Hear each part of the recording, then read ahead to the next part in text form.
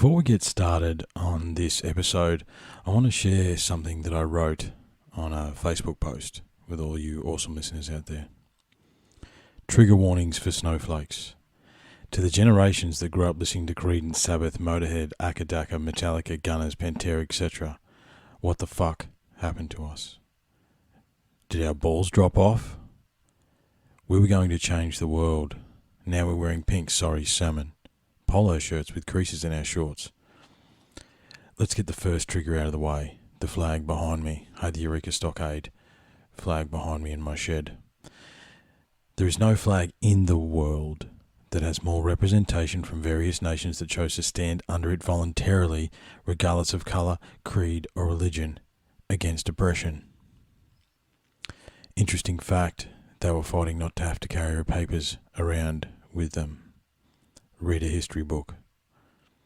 For those about to label me a racist, I literally danced around a fire in traditional paint with some indigenous brothers of mine with this flag tattooed on my leg. When they asked me about it, I told them what happened. They agreed it was worthy and honourable to fight against the Redcoats. In January last year, we all knew that those in power all around the world lie, cheat and steal from the people. The fact is, it has become the norm. We expect them to do it. It's been years since we voted for someone we actually liked. It's normally who we hate the least. However, now we think these same narcissistic psychopaths have our best interests at heart. Have they missed a paycheck? Have they lost their businesses, jobs, wondered how to feed their families? I'm not anti-anything. Let me be very, very clear on that. Wear a mask, get the vaccine, be the best gender-fluid unicorn you can be. However, I am for free speech, freedom of choice, freedom to travel, freedom to share information, freedom to question and right to protest. Forgive me how I'm pretty sure millions of men, women and children died in order for us to have those freedoms. What would they say now? We've also known for years that the media manipulates what we see, however we now think they don't have an agenda. Through the podcast, teaching and me just being me, I'm connected to thousands of people around the globe. I have no one who knows anyone who's had the beer virus. And if I'm wrong, please correct me. I'm interested. I'd like to know about your experience. However, I do know someone directly who died within 2 hours of getting the vaccine, and another who had a very serious adverse reaction. The deaths connected with it are approaching 400 down here. It's not even a tenth of that the beer virus has taken in the same time frame. Industrial complexes whose focus and business model is on profit for illness that have literally been sued and paid out billions of dollars for killing us, brought us the opioid crisis, which has needlessly killed hundreds of thousands, and we think they are pure with no ill intent. Quick question. How much does a test or a vaccine cost? It's not free. Someone is making a profit somewhere. Again, do whatever you want. Do what you think you need to do. However, do not push your choices onto others. It's their sovereign right as a human to decide for themselves. I give everyone fair warning though. Any government that requires you to be tracked, injected and carry papers to move around your community is much worse than anything else that is going on right now. The term "it's for your safety" has been used by every totalitarian dictatorship for all time. History repeats itself, and I implore you to have a look at history to see how this ends. Fear and control, divide and conquer are the oldest methods to control the populace, and we're falling for it again. I thought we were going to change the world and move past the bullshit that has continually plagued our existence. I'm not angry though, just disappointed. Now I've let those words sink in a little bit, I'm just going to leave them there. I don't think anything needs to be added to that. Let me introduce you guys to our next guest. Pane Andov is an author of 11 books, is an ET contactee, and an experienced astral traveller. He's looked into the realms that we can't quite see, and his experience that he describes to us in this podcast is very similar to a lot of other experiences. One of the crazier things that's happened during the last 18 months is UFOs have been confirmed to be real. And it's another one of those things, I know we've talked about it here before, however, not a lot of people are talking about it yet. And experiences like Pane's need to be taken into account now. They need to be thoroughly examined and experienced. Because he's not the only one of us that's experienced these things. And he spent 30 years researching and looking at different ways to experience alternate dimensions. Astral traveling is something that I have experienced personally, and something that is pretty commonplace, and something you can train to do if you choose to. We get into that, and we get into a number of different things. This conversation was epic, deep, and filled with so much information that I'm still computing what me and Pane spoke about. You'll notice you didn't get the intro before I started talking.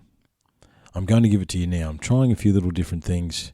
I've got some people working in the background with some different bits of music, so we'll start the intro now, and I'll put a song on the end. I'm not real sure just yet what it's going to be.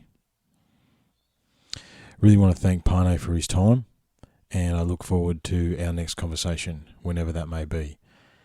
Remember to follow Unlocking the Code, Facebook, Instagram. If you want to support us on Patreon, look up Unlocking the Code. That'd be awesome. Any support you could throw our way. Kudos to Jono for the intro. Again, Pane for his time. This one's a bit of a distraction, however important at the same time. Let's take our minds off the current situation and delve into other dimensions. Thanks very much, guys. Look after yourselves. Stay safe, be kind, be cool, be free. Stay disciplined. And we'll talk soon. Cheers.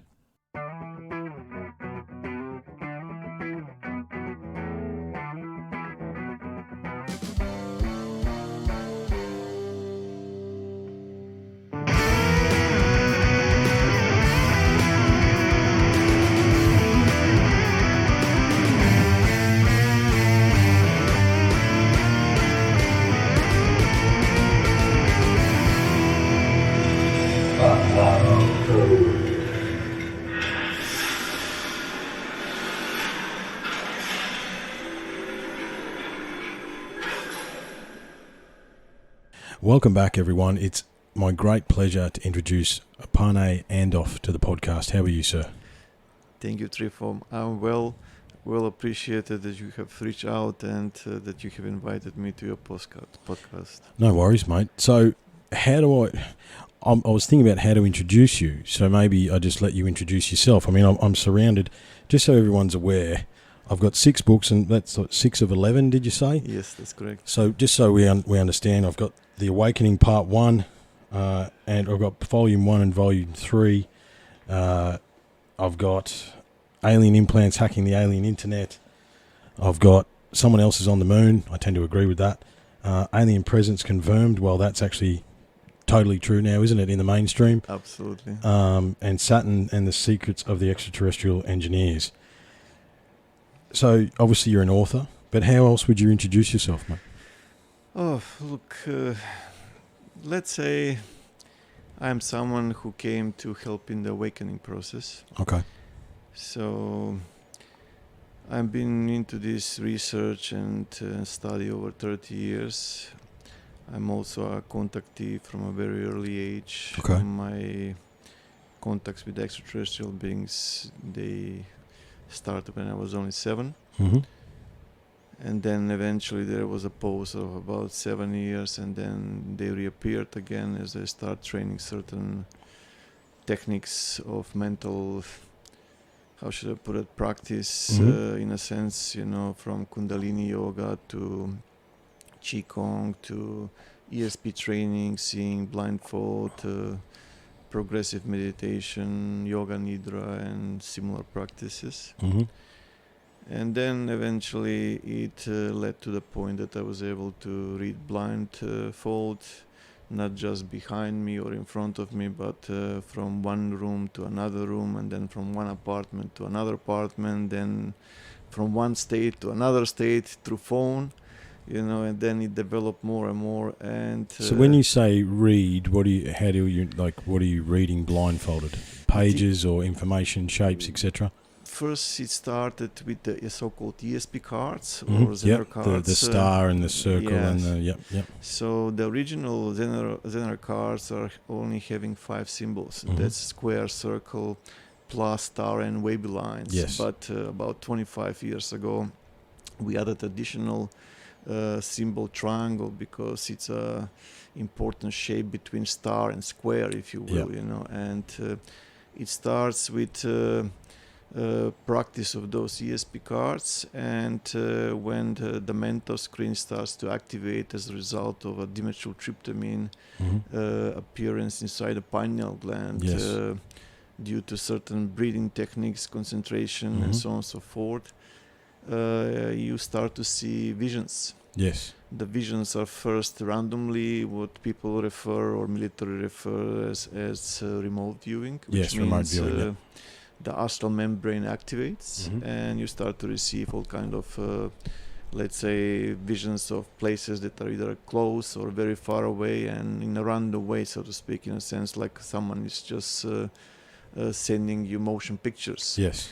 That's the first state, and you can't control it much, but with further training you can change what you're seeing on the astral membrane, and you can practically master the ability to such level that you can see like with your open eyes. Wow. So not just colors or numbers or symbols, places, actual places and people, everything. Everything. And then eventually telepathy kicks in and so on and so forth. So when I started progressively training, I was training about 7 hours per day.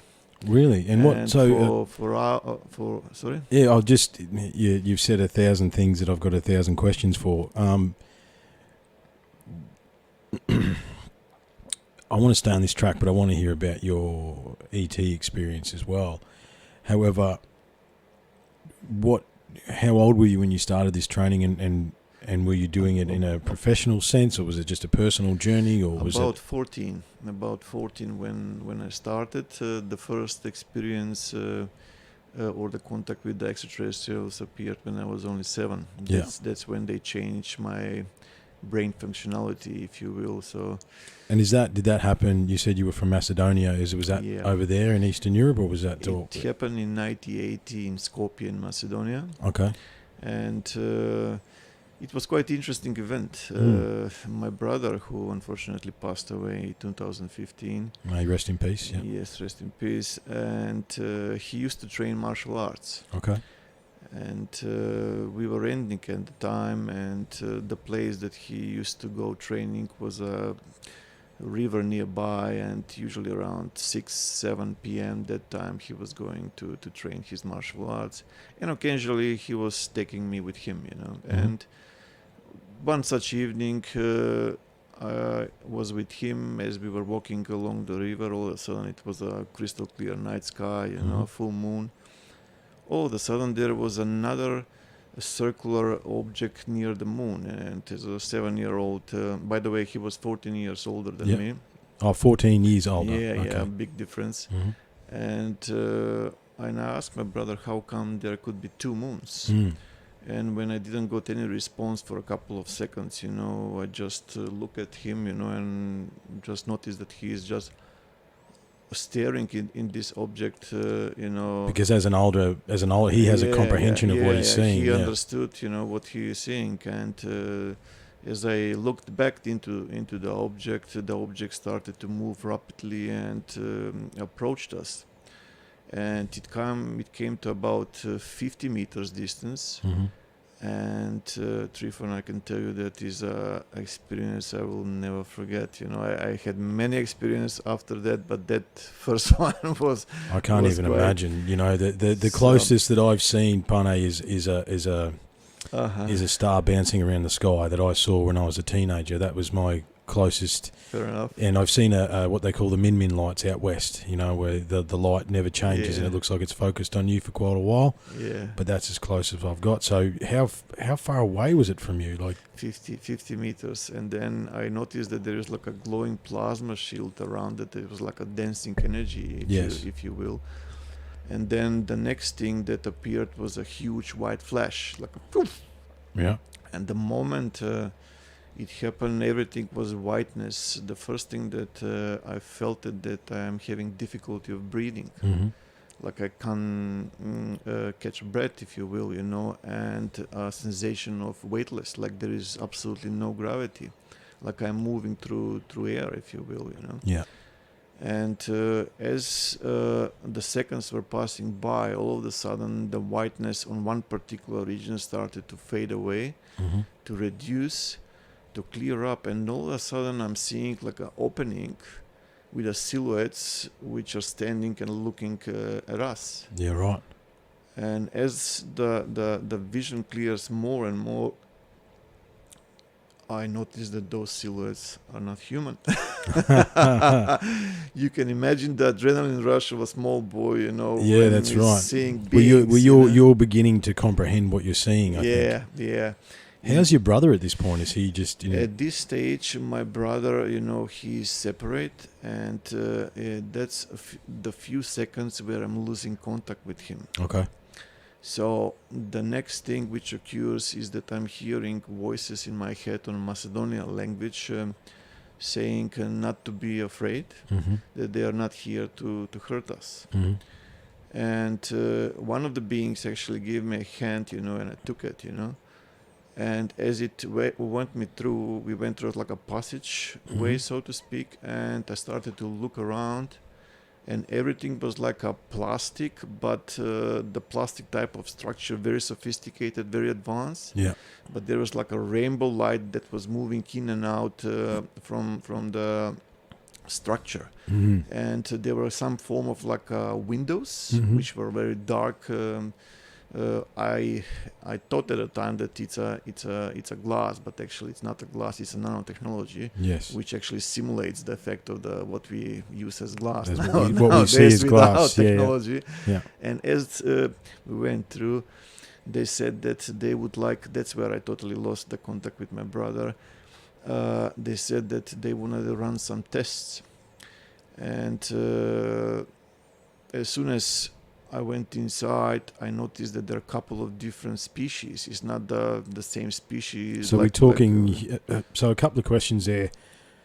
How are you feeling at this point? Have they very calm. But obviously, psionically they were calming in. So they're using down, sound, sound to bring not you sound, down. probably the form of telepathy, if you will, far more Just advanced. letting you know that everything's okay. Yeah, You're safe, Yeah. and you didn't have any malevolent feelings. No, not at all. And I noticed that the creatures are using, for example, they were changing eyes. In one point, they were totally black, then totally white, and then neon blue or neon green. Like chameleon almost. I didn't know what to make of it at the time, but in later years, just to quickly, give a reference, I noticed that they change the appearance of the eyes because of different factors. For example, if there is radiation which is harmful to them, they put the black cover on. Yes. If they use telekinesis, telepathy or something, it can glow either darkish bluish or darkish greenish, if you know what I mean. It almost could be like light filters as well, or energy types, those sorts of things. Yeah. Whatever they're using, if they actually communicated with the alien and artificial intelligence, because practically the entire setup of what we refer as UFO or their alien ship, it runs on nanotechnology. Yeah. So this nanotechnology operates through alien artificial intelligence, which they control through their thoughts. So, and were they humanoid, or are we talking? They were like the big greys, whitish greyish. Not the greys that usually do the bed abductions. They're different kind of creatures. But I noticed there is like a small, like a energy extension, like a small wings at the back, on some of them. And as they were looking with their heads, wherever they were looking, there was like a virtual reality screens, like algorithms which are appearing with their language, and statistic and similar stuff. Wow. And one of the creatures just looked in one of the directions. It's okay. Towards the chamber where I was, and there was a platform that appeared out of nowhere. Another creature looked up, and then all of a sudden, from the ceiling, a light source began. And they mentioned to me just to lie down on this platform, that they want to run some tests. And I went into the platform. It was like how should I put it, like an obelisk in a horizontal way, so to speak, vertical way. And as it went through, immediately as I lie down, I noticed, they said, close your eyes. I noticed that my clothes were gone. They disappeared. And then this light source, I was able to see that there is absolutely, even with closed eyes, that there are like a beams of light that are going on my body, scanning the body, the surface. There was no pain at all. I felt it like a colder and warmer sensations, if you will. And at the time, I didn't know what they were doing. But in later years, I understood that they are using special scanning programs, advanced programs, which are scanning the DNA archives.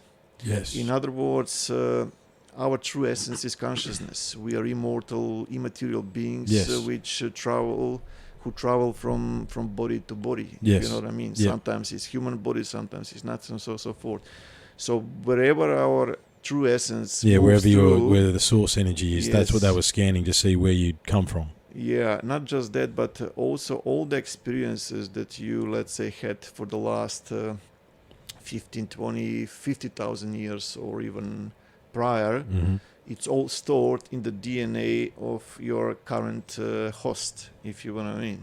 Okay. So they have the technology to unlock through certain combinations, scanning, mathematical calculations, and so on and so forth, which our scientists are still not sure if they are up to that level that they can. It's a possibility, but I'm talking about shadow government, of course, not Yes. the classical science. Yeah. And what they were doing, they were trying to see what exactly I did in the past, what are more my qualities, and so on and so forth, and what most important, what are my aspirations. Yes. And they said that I will be playing a major role in the process of the awakening. Okay. At the time, I didn't know what they were referring or something. And also they said that they're very glad that they have found me before the others did. Yeah. Not even that was ringing any bell at the time, you know, who are the others. But now I have a perfect understanding. And the sensations eventually stopped on the body, and they transferred on the right side of my brain, on the right hemisphere.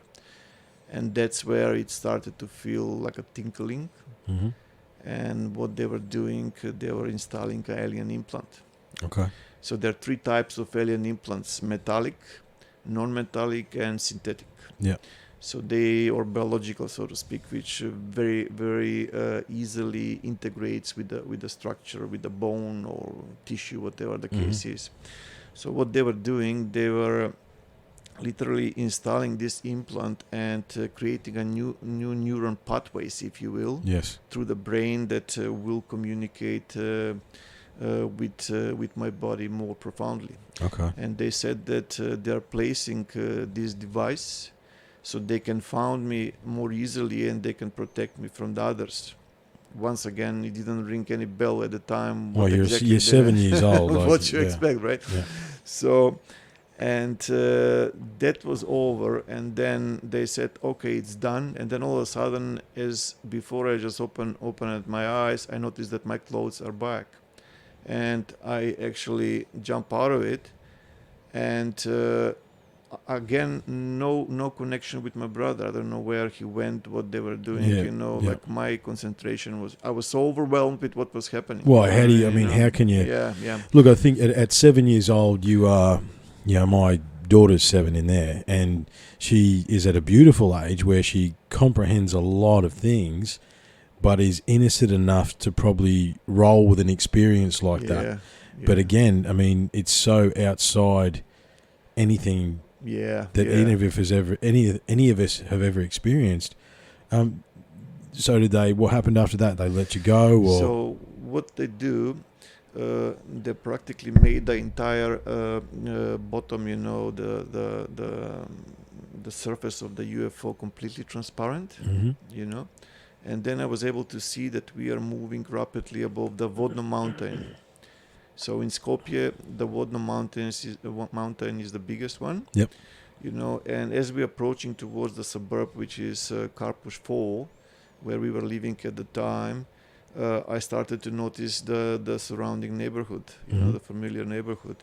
And then they said that we are okay for now, we are done, finished, and the moment it happened, there was another white flash, like, and then again the same process of weightlessness, Weightlessness, nothing. and especially difficulty of breathing. Do you think, I mean, and I'm trying to comprehend and stay with you in this, do you think that was like a transporter or something like that? Teleportation. Yeah. But when you start to do that more time, the body Adjusts. and it's easier when it's a bit more mature. Mm-hmm. When it's young, it still needs some more bread, so to speak. If you know. Yeah, what I you mean. still, you're not completely built. Yeah. So Trifon, the interesting part is that the moment the teleportation ended, I found myself in the bed. Mm. The first thought that came through my mind was what happened to Yeah, where's Mickey? your brother? Yeah. Where's my brother? Immediately jumping out of the bed and started to run towards his room. And as soon as I actually opened the doors were closed. Opened the door into his room, I saw my brother literally shaking on the bed, and there was a blood coming from his nostril opening. Wow. And wide open eyes staring directly into the ceiling, shaking. To make the situation even more complex, so to speak, complicated, my mother woke up. And first of all, before she literally get to herself, so to speak, when she saw my brother, that he is bleeding, and shaking like, without control, she freaked out. Of course. What's as you going would, on? yeah. What's going on? You're right, And after a few minutes, he started to stabilize. And first of all, she asked, "How did you guys got in? There is only one entrance into the house, and the door is locked. Yeah. And we've been missing for over 2 hours and something, Yeah, right. So you guys had gone past the time you were supposed to be. Yeah, absolutely. So in the meantime, my mother, she fell asleep, and she said, "How did you guys got in? There is absolutely no way that you could return, And my brother, he couldn't remember a thing. They cut the full memory. Really? So did he remember the UFO at all? Nothing. The only thing that he remembered is that we were walking towards the place that he usually practice, the river, and that we were seeing two moons. That's all, like two objects close to the one object close to the moon. That's the only thing that he would remember. But me, on the other hand, I regained the full recollection, and I started to speak to them. My brother was shaking badly, but my mother, she was listening like I'm telling something, out of this world, know. The first reaction that she actually tried to do is to call the police, right. and to see what's going on, something is not right here, or to call some family members. Yeah. But luckily, my brother, who was a lot older than me, as mentioned, he calmed her down and said, "Look, don't panic." Imagine we're talking about 1980. Yeah, 1980, when you start to talk about UFOs. Yeah, aliens, that's right. Yeah. That's a big no-no. And you don't need that kind of attention no, either. No, big no-no. Yeah. And he said to her, "Please calm down. I'm okay. Just don't call." And that's how it ended, that evening. But things changed when I started to go to sleep. Something was not right. There was like an energy that was literally flowing through me. Even before I went to sleep, I noticed that if, let's say, I come close to a table with a sharp edge, I don't touch it physically. I'm not touching it physically, but I feel that my aura has been cut. So the sensitivity of the aura has increased rapidly. Yeah. And because what is that? Your aura is 3 feet. Is it 3 feet? It all depends generally? from person to person. Yeah. Depends how old the person is, how much energy, what and experience, how much mental force does it have. Is it practicing regularly like a Qi, Kong, or similar things like Shaolin monks, or is just a regular person, who doesn't exercise, doesn't train, or doesn't meditate. There are so many different factors in play. Okay. So the thing is, as I felt asleep, all of a sudden I awoke. I felt awake, and something was strange. the height was not the same. I was like 1 meter or 1.5 meters higher than I'm used to be. Yeah.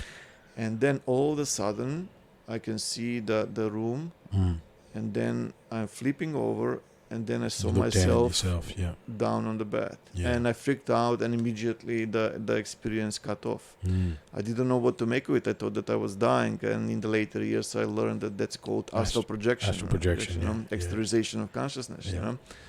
And then it happened again. And then as I am actually floating, I used a conscious command to pass through the ceiling, Yes. you know. Yep. And I can see the floor, I can see the bed, you know, my body down, everything else. And as soon as I pass through the ceiling, you know, and the roof, I'm looking the entire neighborhood from the bird's perspective. Yeah. And that was amazing for a little kid. I didn't fly like I'm used to, you know, at the time. But what I did a long jumps, like a 10-15 meter jumps, you know, from one roof to another.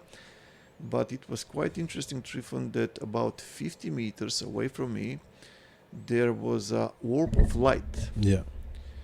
Which was following me all the time, like babysitting me, if you know what I mean. You know? And I didn't feel any threat from it. It's just like they were looking after, you know, and see what will happen further, you know. And then it progressed to the point that I was able to read the thoughts of my mother, of my brother, of our friends, you know. Simply I was listening to the voices that were coming into my head. Yeah. Telepathy. Yeah. Or eventually she was taking me to the place, you know, to the marketplace. The moment we went into the bus, you know, you start to hear all that psychic noise. Yeah, you know, it's too just much. Yeah. one guy is thinking I paid too much for the tomatoes. The other guy, I wanna buy TV, you know. Yeah, whatever my it girl is. The chatter. cheated on me, you know, and similar stuff. So all that noise was very difficult to cope, you know. It's like an open radio channel, so to speak, you know. But unfortunately, all that emanation or expression of force, if you will, ended in an incident. Okay. So one evening, about few weeks after The initial events, incident, yeah, I was supposed to go to bed, and in Macedonia, the temperature can go very low during the, let's say, autumn or winter, if you know what I mean. You know? Yeah. And usually, what my mother was doing at the time, she puts like an electrical blanket that she bought from Germany, you know. And for 10-15 minutes, and it warms out the bed. You know, we live in a country which is very nice climate, if you know what I mean. Yeah. But if you live in a different part of the world, there is very cold. It can go to 0 degrees, -10 during the night. During the night, similar stuff. And she put it on, and in the meantime, she is getting a phone call from her neighbor. And the neighbor is calling her to come for a chat, you know, for a coffee. And she said to me, Pane, let's go, you know, for a short, you know. And we went through. It took us about, I don't know, 7-8 minutes to get there. And I started playing with her neighbor's friends, you know. And my mother and her friend, they're having a coffee. So after a few minutes, I start to feel very strange. I'm seeing the cards, everything that we are playing with the other kids, you know. But all of a sudden, I'm seeing the room where I'm sleeping in smoke. That came like a vision with open eyes. Then it dropped.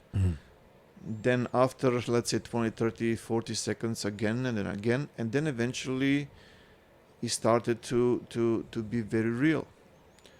And it came to the point that I felt uncomfortable, and I approached my mother. I said, look, Mom, sorry to bother you, but I think that the house is on fire. And she started laughing, you know. She started laughing like normal, you know. And okay, she pushed me away. And as the 2 or 3 minutes are passing, the visions are not just alarming, they're exploding. Yeah. And I'm going back to her for a second time. I said, look, Mom, you have to check this. There is something wrong, and I can see it, I can feel it, you know. Mm. And she started laughing, but on the other hand, her friend, by the name Trianka, so to speak, she said, look, it's just a few minutes away, let's go for a walk and check it out, you know. Mm. The moment we went around the corner where we could see the house that we were living at the It was on time, fire. a huge smoke and fire coming out. My mother started to scream, and then all the neighbors started to come up. They grab buckets of water, you know. Luckily, the fire didn't go to the electrical installation and burn because we were renting at the time, if you know what I mean, you know. And luckily, the fire was put down. The police came, everything, you know. When everyone left, I got such a big treatment, so to speak, from my mother, and she said, tomorrow morning, I'm taking you to hospital to see for operation, for the doctors to see what the hell is going on with you. How can you do all this stuff? What kind of devil went into you, so to speak, you know? Okay, yeah, right. And she scared the living thing in me, if you know what I mean. And then eventually, I blocked this energy. Yeah, you shut it down. I shut it down, you know. And nothing particularly happened for 7 years. Mm-hmm. Then, thanks to my uncle who lives in Croatia, he was into the, how should I put it, Indian yoga, Tibetan lamas, their wisdom, meditation. He started to give me some books, you know, some magazines to read. He expanded my consciousness and interest, so to speak, you know. And then I got one, how should I put it, one magazine which is saying Astral traveling. Yes. And it clicked to me. I started to remember what happened, you know, in those episodes when I was very little, because I really avoided talking about that experience with my mom or with anyone else. Did you end up going to the hospital, or did she take you in the No. Okay. She was just trying to scare me. Just trying to scare you. Yeah. And then I started pushing. I started meditating from 15-20 minutes per day, and then pushed to 40 minutes per day, and then 1 hour, 2 hours, 3 hours, sometimes even over 5 hours of meditation into lotus position. And then the Kundalini energy awoken, you know, and it changed the frontiers of the consciousness, you know, and similar stuff. And then eventually it took me to the point of the ESP training, you know, Chi energy. And it took me about 12 months to achieve my first self-induced out-of-body experience. Okay. You know, and I was really training yoga nidra very hard. And there was a particular technique of 7 symbols that I was training, that you need to visualize, you know, and then there is particular colors, you know, that needs to be out, and that eventually takes you to the point where the magnetic pulling between the astral body and the physical body weakens to the point that you can pull it out, you know. Yeah. But the thing what it happened is that I practically have entered a dream control state. Yes. Yep. Where it resulted with a sleeping paralysis. And as soon as I went into the sleep paralysis, I actually pulled myself out, and I said, wow, this is amazing, you know. Yeah. And it took from there. And at the beginning, my out-of-body experiences were very short, usually 20 seconds, 30 seconds, 50 seconds, minutes or two. And then it just, the concentration breaks. And then I was returning back to my physical body. I was either seeing my physical body as slightly, you know, sinking in, or eventually, you know, just completely it was cut off. But as I started to train more and more, and as the Kundalini energy started to awaken more and more, especially through a sleeping paralysis state, it came to the point that I was able to be out of the body over 8 hours. Yeah, right. So 3 or 4 times in my life, I wasn't losing consciousness at all for probably weeks. In which sense I'm thinking, for example, a normal function of a human being is, let's say, he or she wakes up early in the morning and then does what he does. The night comes, 11, 12, 1 after midnight, whatever, blackout, and the person falls asleep. and there is a loss of consciousness. Eventually, periodic awareness through dreams, lucid dreams, and Yes. similar stuff. Yeah. And then another awakening, 7, 8, 9, whatever the case, in the morning next day. Mm. But me, on the other hand, I was doing all the stuff, the regular training, plus I was training basketball, I was having fun, going to pubs and similar, regular like every young teenager, so to speak. Mm-hmm. But the moment I went to sleep, when I closed my eyes, it was no longer dark. The astral membrane was very active. So yeah, that active, yeah. After a few seconds, the dimethyltryptamine started to kick in, Yeah. which produced visions, and then all that I needed to do is just to pull closer certain vision or push myself closer towards the vision, and as soon as the physical contact appeared, there was a buzzing sound that was appearing, a Mhm. very high pitch noise, like a strange noise. That'd be the vibration of you leaving your body, yeah? Yes. It's practically a transfer of consciousness, because our essence is consciousness, and we, in our structure as a human beings, we have 7 vehicles. So this physical body is the first and the most densest vehicle, and then we have the etheric body, which almost never departs the physical body. It's a perfect duplicate of our physical body, and that's where all the chakras and energetic channels, we're talking about 72,000 energetic channels, which are also described in acupuncture, traditions and similar stuff, which are in tune with the nervous system of the physical body. Mm-hmm. It never departs the physical body unless in 2 situations. One situation is when the physical death appears, and then pretty much as the higher principles of the consciousness move in some other vehicle, astral body or higher, it decomposes in the same fashion like the physical body does, unless some orb activity or plasmoids interfere and it changes the evolutive direction of that particular energy, which is in the process of decomposing, if you will. And is that so? To try and put that into perspective, would you say the ghost would be the etherical body still left over, like something's Not happened in the transfer? Not necessary. Sometimes there could be a shadows, which is a different subject of conversation. That's okay. But in a nutshell, this etheric body, which decomposes, it can still extend its existence if it starts stealing energy. Yeah, right. But that goes into energetic parasites and similar kind of stuff.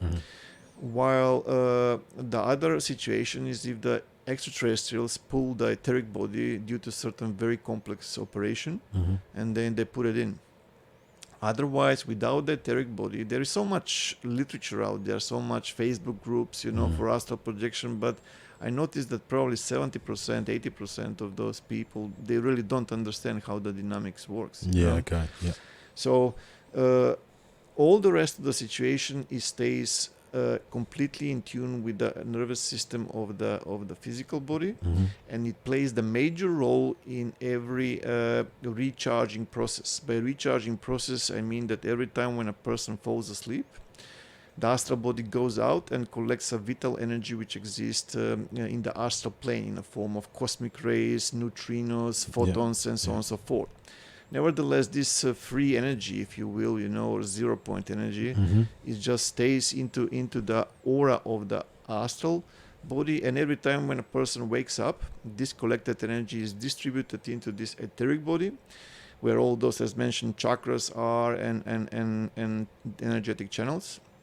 Those energetic channels are interconnected with the nervous system or the ending of the nerves, if you will, It's like a receptor, like a receiver. Exactly. And then this collected energy is converted into compatible bioelectrical impulses. So those are that's the energy when you, let's say, touch a metal door or something, and there's like an electric discharge. Yes, if you know what I mean. static charge. Static charge. So this static charge is needed by the brain. So you can eat, let's say, without intake of water, a person, I'm talking about normal person, not about yogi, of course, or someone who is trained into meditative arts, let's say 5 days, it's going to get very critical. Yeah. 4 or 5 days is going to lead towards dehydration, and then all kinds of problems can occur.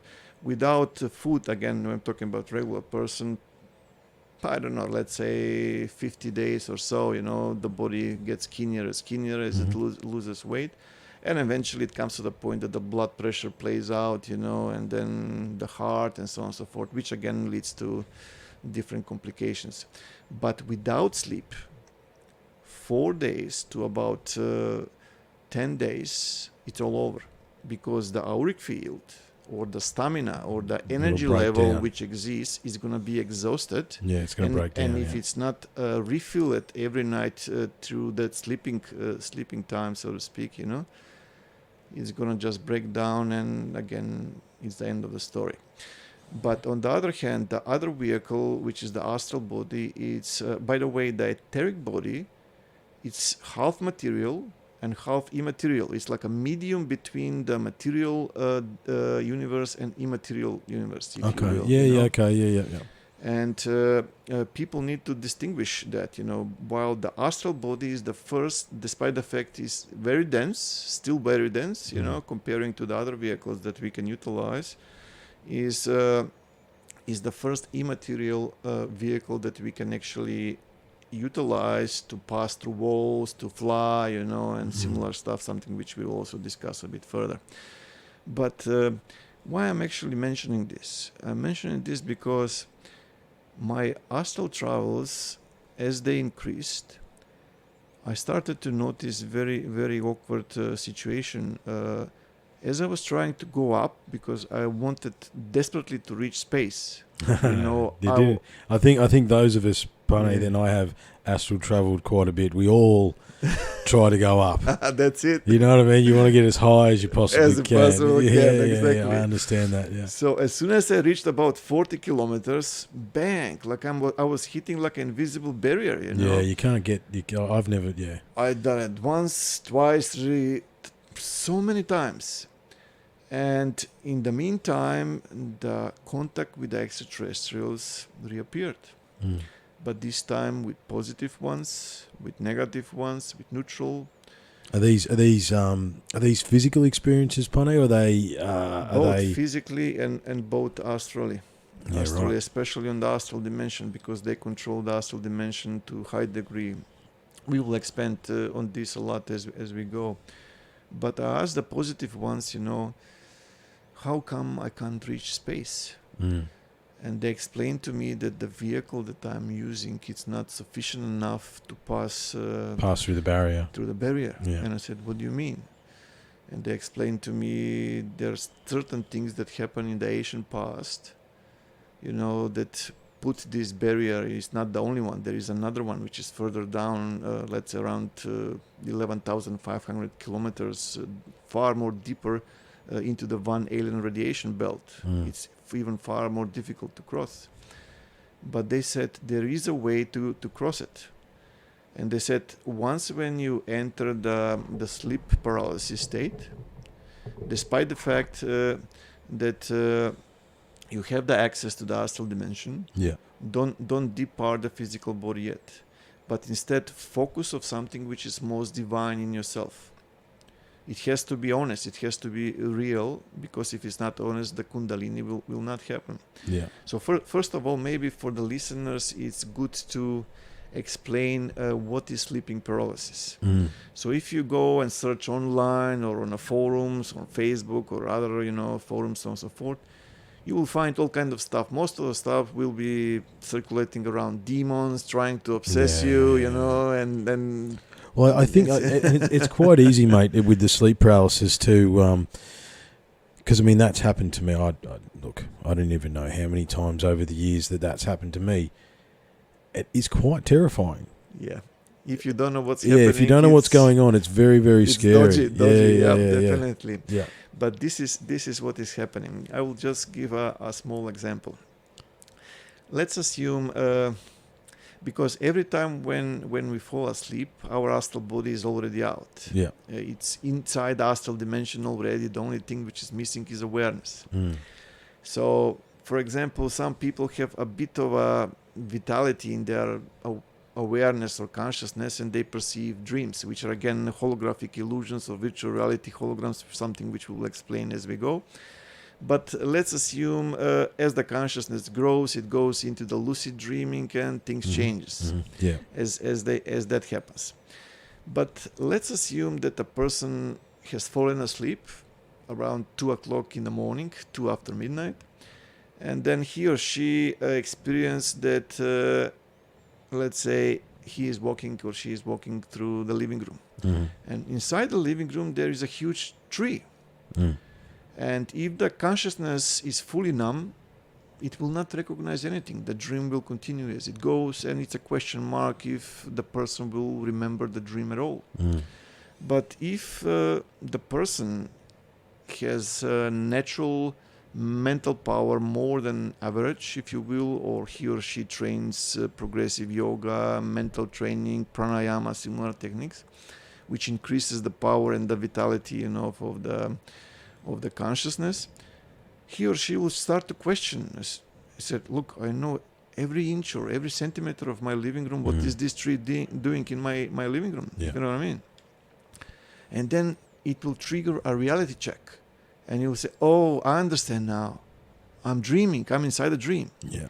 So that precious moment when you realize that you're inside a dream holds the potential of 7 seconds. We have about few to 7 seconds maximum time interval to react in a certain way that will actually trigger a different result. Wasn't the training training is like you knock on the door on the side of the door, and if you can actually hear the knock and feel the knock, then you're awake in the dream. You're actually there.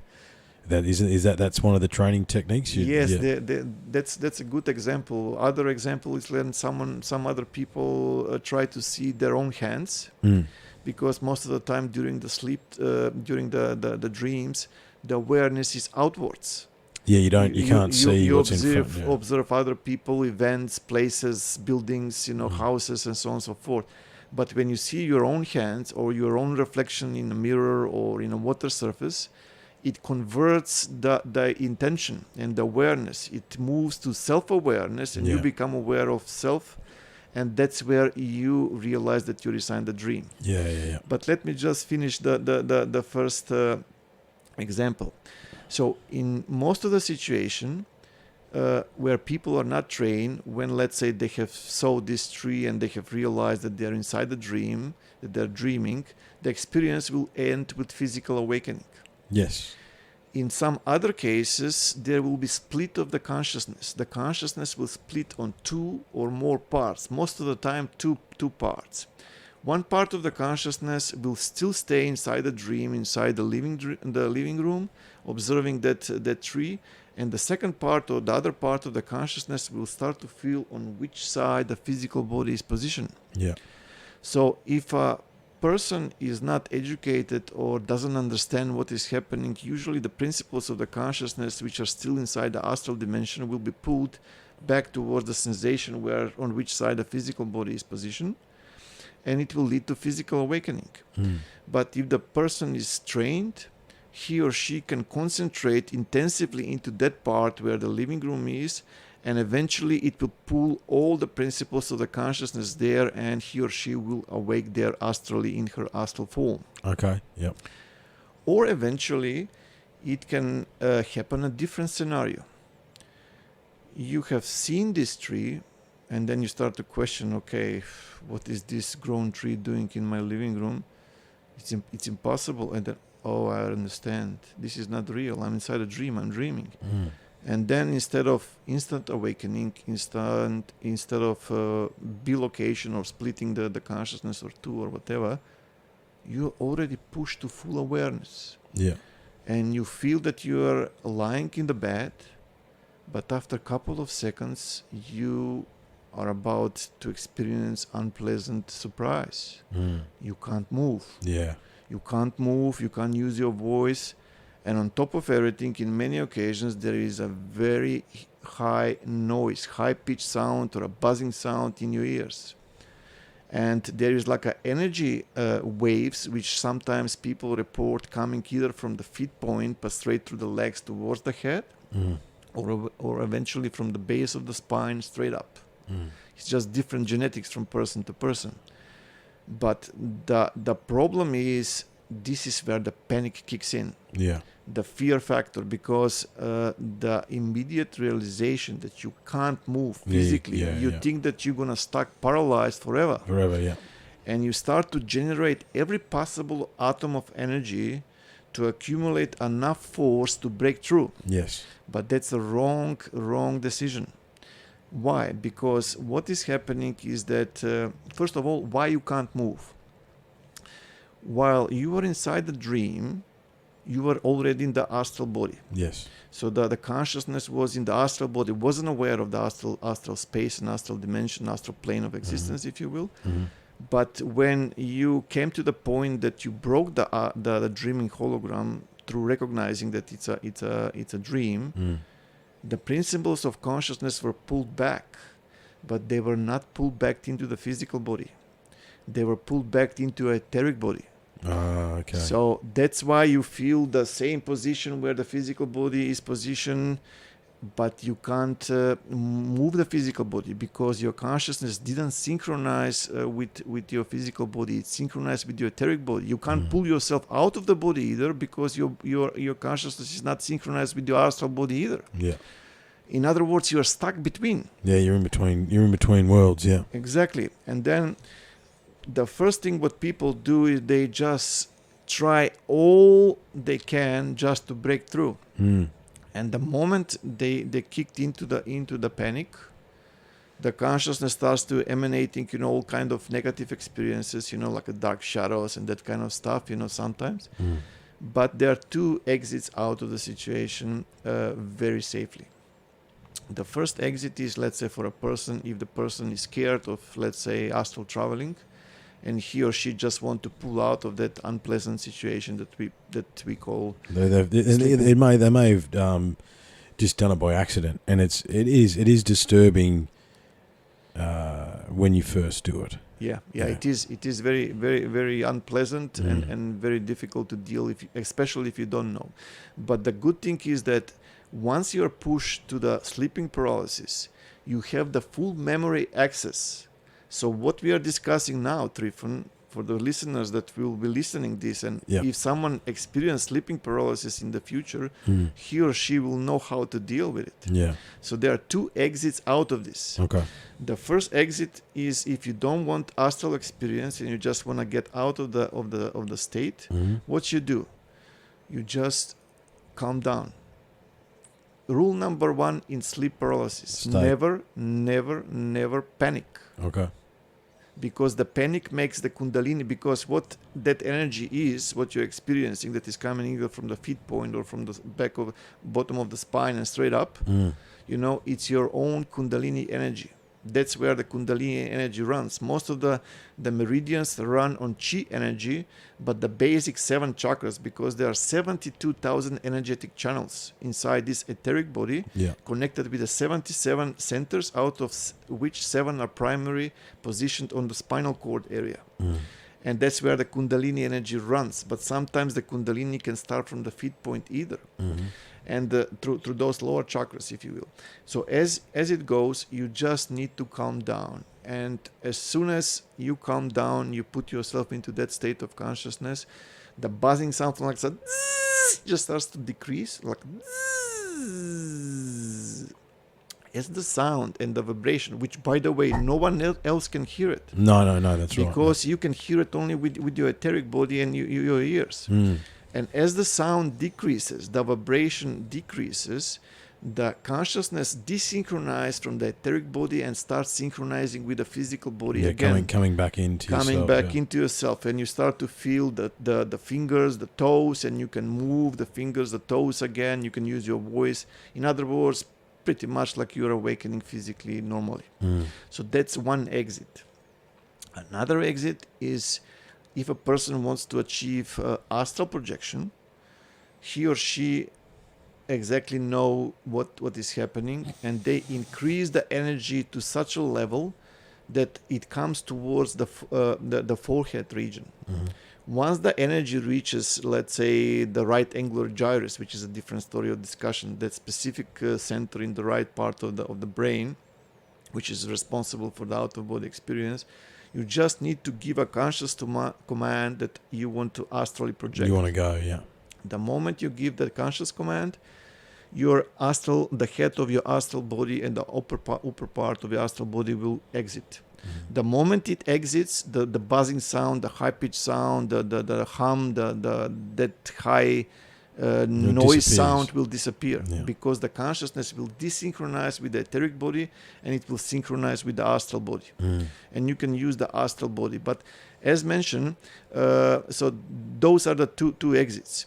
And as I asked the extraterrestrials, how I can't penetrate that barrier there, And they said to me, the vehicle that you are using now, it's not sufficient enough to pass through the barrier. Yeah.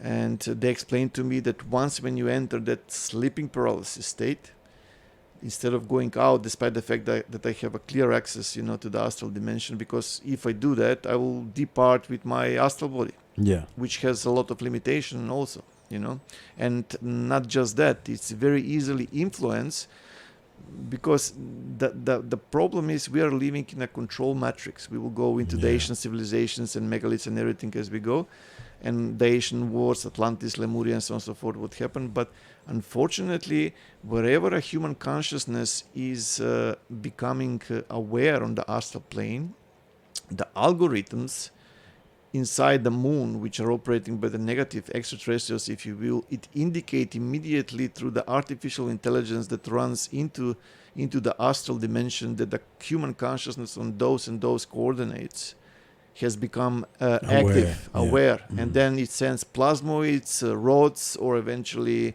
orbs to decrease the experience, or to shorten the experience as soon as possible, before that consciousness see the cloaked UFOs, the alien abduction scenarios and similar stuff. But still, with the astral body, it's very, very limited that you can see. So basically we're restricted because that's the positive side, saying, hey, you can't go further, because if you do, you're going to escape. You're going to escape. And you can escape. Look, this is, and I've asked this question to a few people, but I can't think of a better person to ask than you. You discussing the levels of astral projection, because I have astral traveled quite a lot in my life. Why do, at times, like the classic story, and I've told it on the podcast before, however I'll tell you, is I was the classic flying, right? And and that's what I used to do. I used to soar around, and you want to try and get as close to the trees as you can. Now I messed up, right? I messed up and I crashed into the trees and basically hit the ground, and woke up when I hit the ground and was incredibly sore, okay? And to the point where I had to take myself to the chiropractor, and it's a very interesting experience where this small blonde lady, if you envision a fairy, a fae creature, and I'd been to this chiro for the last 18 months or so, never seen this person before, and I walked up and I said, listen, can I go and is there an appointment to see my chiro? I'm very, very sore. I really need to see them. And she looked me dead in the eye and she said, we need to stick those landings next time. Interesting. Right? I never saw her again, never saw her before, never saw her again. However, why... but that's more than once I've woken up with scratches, or I remember waking up with needles in my leg from the trees we've got in Australia. Why does it transfer into the physical?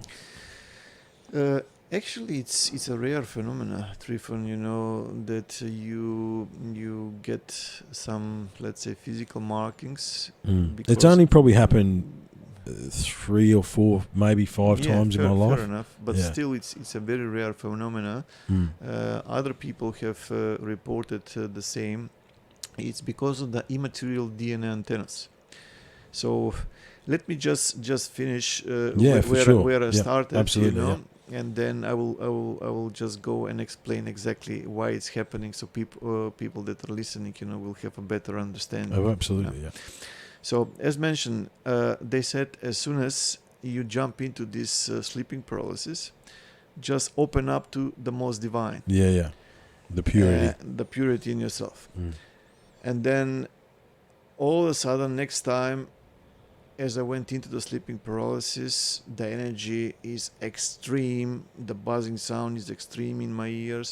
But instead of having access to the astral dimension and achieving astral projection on my own, I'm just stopping myself, and I started to concentrate on the cosmic love, the equality and the harmony of life, prosperity of life. And I resonate with that profoundly, and immediately, Trifon, instead of usually there's like a darkish bluish light that I was experiencing during my sleep paralysis, but this time the light was like a rainbow light, moving in all direction, and I went some form of state of bliss, what the yogis describe as bliss, where is you feel that Kundalini energy rising, and it does. Is that like the how can I compare that? It's like because of a DMT experience, you're sitting in the result of in my life. There's before I took DMT, and then there's after. You don't need DMT for astral projection. I know, but it was more. I'm trying to think of the pure love or ecstasy that I felt during that experience. That's what I'm trying to. That's what I'm. Because that's basically what that experience was. It was like for a short amount of time, I experienced the purity of the energy, the source energy of the universe. I was shown that for a few minutes, and like just bathed in it, basically. Is that sort of similar? It is similar. The difference is now that when the Kundalini energy is already active, it just charges and it changes the vibration. So as it changes the vibrational field, the consciousness, instead of synchronizing, let's say desynchronizing from the etheric body and synchronizing with the default astral body, it's synchronizing with the more superior immaterial vehicle, which are called self-luminescent body. Okay. And I will explain why I call it like that. Because, as soon as I went into this state and I separated, it was like, I don't know, 2, 3 or something, in the morning, and usually it's a pitch black in the bedroom, but all of a sudden the entire room was illuminated. I not just noticed that my vehicle is completely transparent. I can see my human, form, but fully transparent. But it was illuminating light. And usually, sometimes with the astral body, especially in the beginning, you have a difficulty to pass through walls. Some people report getting stuck. One part of the astral body exits and the other one doesn't want to separate, or you get into the wall. One part goes in, the other one, or in the ceiling, or in the. Well, like as I crashed into the trees, Like that's very interesting. I will come to that in a minute. So the thing is, as soon as I went into that experience, I passed, because I was living on the 4th floor in a building in the suburb which is called Novo Lisice in Skopje, in Macedonia. I passed through the windows, through the balcony, went directly down on the ground where the grass is, put my hands into the fist, and took off, Trifon. Full speed, full force, and I passed the barrier. Right. As I went through, mate, literally I can see the earth curving, and then all of a sudden, you see planet Earth down there. Wow. And the adrenaline rush, that's the best way that I can describe, of a teenager, it's one thing to see the Earth from International Space Station, and that kind of stuff. But the other thing is completely, to see it for yourself. And it was just amazing. And from my right side, I started to notice like those orbs of light, they started to appear. They were very glad with the progress. But immediately, a very dark discs started to materialize on the other side. And I picked up a telepathic exchange between those two groups that supposedly the orbs of light have violated the treaty.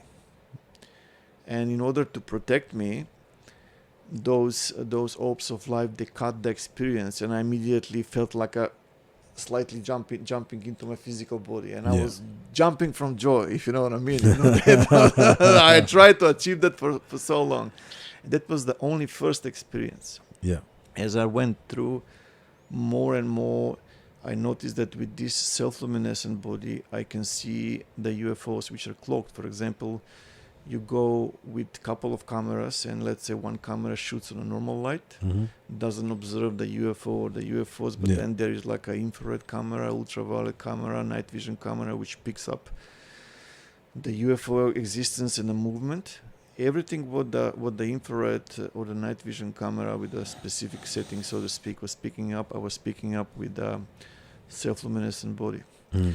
And I noticed there is a huge frequency of UFO, cigar shape, circular shape and similar things, Mm. going into the volcanic openings, hovering above the cities. And I noticed in different occasions helicopters, which I am not allowed to speak too much, openly, which gave me a full indication that there is a military force out there which is completely aware of the UFO presence, if you know what I mean. They're studying them, observing them, monitoring them as close Well, as I mean, they and this is what we're learning, though, isn't it? yeah. I find it the most insane thing, Pane, that we've literally been told, the world has literally been told that UFOs, UAPs, these things are here, and no one cares. It's interesting, No one cares because now we are entering a very dangerous phase. Absolutely. Where through using a nanotechnology, either through chemtrails, either through water, through frequencies, 5G and similar things, they're making people obedient, and they lose the tendency to care. Yeah. They feel like that's normal, that's what we should accept, who cares style and that kind of stuff. But we will get to that point as we develop further. It is terrifying. I released a podcast yesterday, and we'll get back to what we're talking about. But it terrifies me, and I said this in the solo podcast I released yesterday. How many people are willing to walk lockstep so quickly? Just absolutely. I had more. I had more faith, and I'm more and more people are waking up every single day through this process.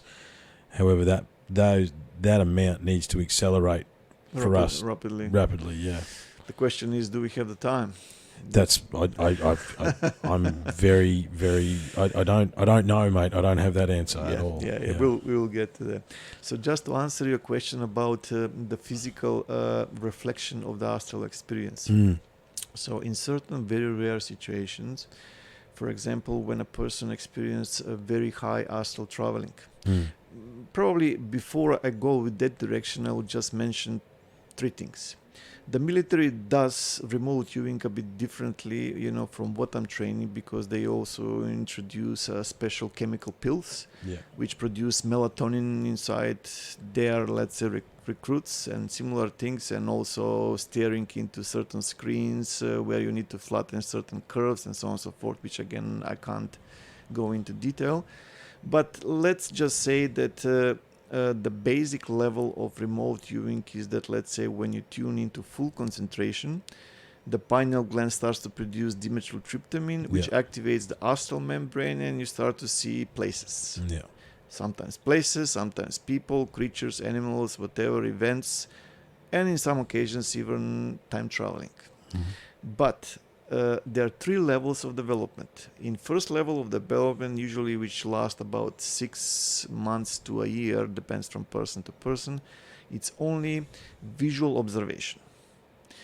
And in a sense, you start to see people coming out from coals, from bullies, and then all of a sudden that vision disappears. It blacks out for a second too, and then you see some village in India, who knows where, that disappears. Then you see the Himalayas, then somewhere, some mountain in Europe, and just visions are coming and going randomly. Is it restricted to, when you're training that, is it restricted to places that you've seen? Or No, it comes randomly, and there is a way to change that, how to perceive the places that you want. But first, it's random reception, which means it's like your third eye opens up and you're tuning into the astral internet of the planet Earth, so to speak. In other words, the frequency of your brain, it has to tune into 7.83 hertz. Yeah. or which is the Schumann resonance, or the Yeah. heartbeat of the planet, so to speak, which Yeah. they're trying desperately with the 5G satellite network to disrupt as much as possible, because the more people are out of tune, so to speak, with this frequency, Easily controlled. Yeah. easily controlled.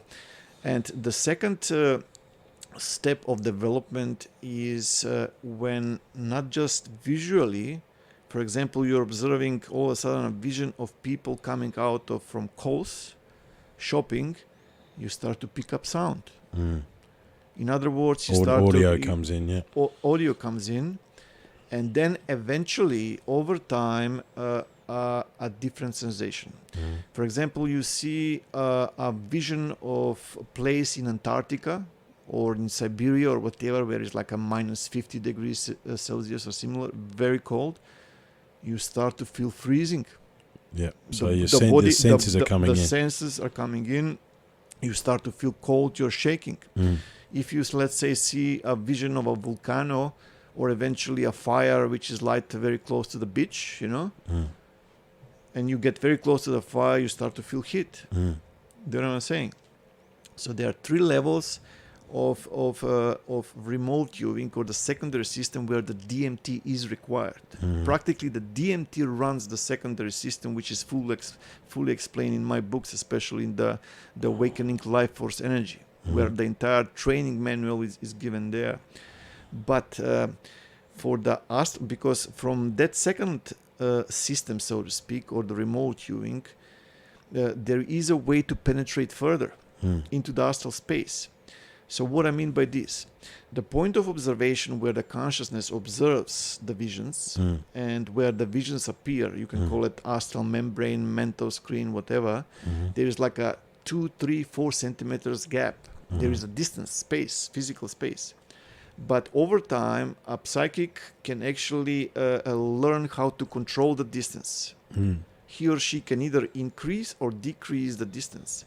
In case he or she decreases, which means the person pulls the mental membrane closer towards the point of observation, or pushes the point of observation closer towards the membrane, towards the vision, and eventually a physical contact appears, so to speak, immediately a buzzing sound kicks in, which means the consciousness desynchronizes with the physical body, and it synchronizes with the etheric body for short time interval. That's where that energy is running, as mentioned before.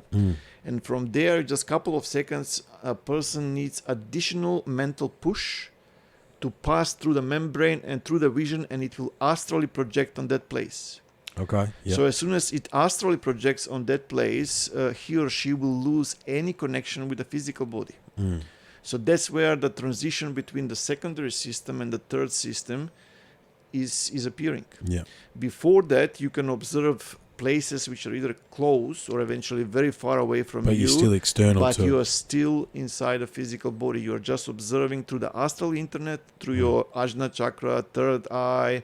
And it's not like you haven't got your hands or anything. You're just No, a viewing platform. Viewing platform, exactly. Yeah. And you need the DMT to run that system. Yeah. But the moment, as soon as you jump out of the secondary system into the third system, It becomes physical and real. it becomes energetic practically and real. You have full awareness, but it fuses with the energy of the astral dimension itself. The ether. Yeah. So it doesn't require DMT anymore. But in very rare cases, let's say, as mentioned, you start to fly very close, let's say, to a trees or sharp objects, or eventually, what happened to a friend of mine? He went out of the body, and he started flying as fast as he could, probably 300, 400 kilometers per hour. Not too much, not too fast, but still fast. And then all of a sudden, as he's flying into a valley, there is a tree in the valley. And then as he flies towards the tree, in practically a split of a second, in his consciousness, he's saying, There's a oh tree. gosh, there is Yeah. a tree, I'm gonna hit the tree. And he's hitting the tree. As he is hitting the tree, in his experience, his astral experience cuts off immediately, and there is a huge bruise Yeah. on his forehead. Yeah. Do you know what I'm saying? So there is a connection which appears. It's very rare, but it does appear. So in some people, it can appear as a physical marks, but most of the time the physical marks are due to the alien abduction scenarios and similar stuff due to different protocols. Yeah, well, I mean, I remember like oh, it's okay, mate. It's all right. It's all right.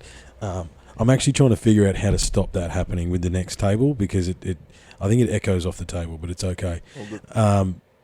We have pine plantations in Victoria, where I'm from, and I remember just hammering like over the pine plantations, like as fast as I could go, just having a ball. And then I'm like, okay, I wonder how close I can get to the trees. And I remember coming down, and it was a very similar thing. I didn't wake up when I first hit the tree. I woke up when I hit the ground, but because of their big Christmas tree, so it's not exactly hard, you know. So I sort of just bounced off the pine trees, and then hit the ground. And when I hit the ground, that's when I woke up, and then I'm like, whoa. The change appears driven in the perception. Yeah. For example, if you are fully aware that you're in the astral dimension, you know that you will pass easily, nothing will harm you. But if you start to think partially in a physical sense, that okay, it's too high, I can fall down, crash to pieces, this is very hard to cross, and similar things, you give the consciousness a different programming. Yeah, it's manifesting in and reality. It's manifesting in reality, and it can hurt. So that's practically what is happening. But there is no silver cord, what people are saying, because usually... That was going to be my question. Is there a tether? Yeah. No. I used to read a lot of books, from Michael Dorfman, from Sylvan Mildon, who were the authorities for astral projection at the time. They were all part of those secret societies. And then we have the Theosophy, their approach. And I went through all that literature, which was available and still is. Mm-hmm. And some of those occultists, so to speak, they were talking about energetic cord that supposedly connects the physical body and the astral body in the solar plexus area, and supposedly extends to infinity. And when this silver cord, energetic cord, is cut, the consciousness can't return back, and the physical body dies. Yeah. They had a difficulty, let's say, to explain in the 1800s, how something can depart the physical body, fly, and if it's not attached by a chain or a rope, you know what I'm saying? It will fly away, But when I started astral traveling, the first thing that I was looking for was the silver cord. Yeah. And then I'm looking into my transparent astral body, and I'm looking into my physical body. There is no connection. And at first I thought that I was doing something wrong.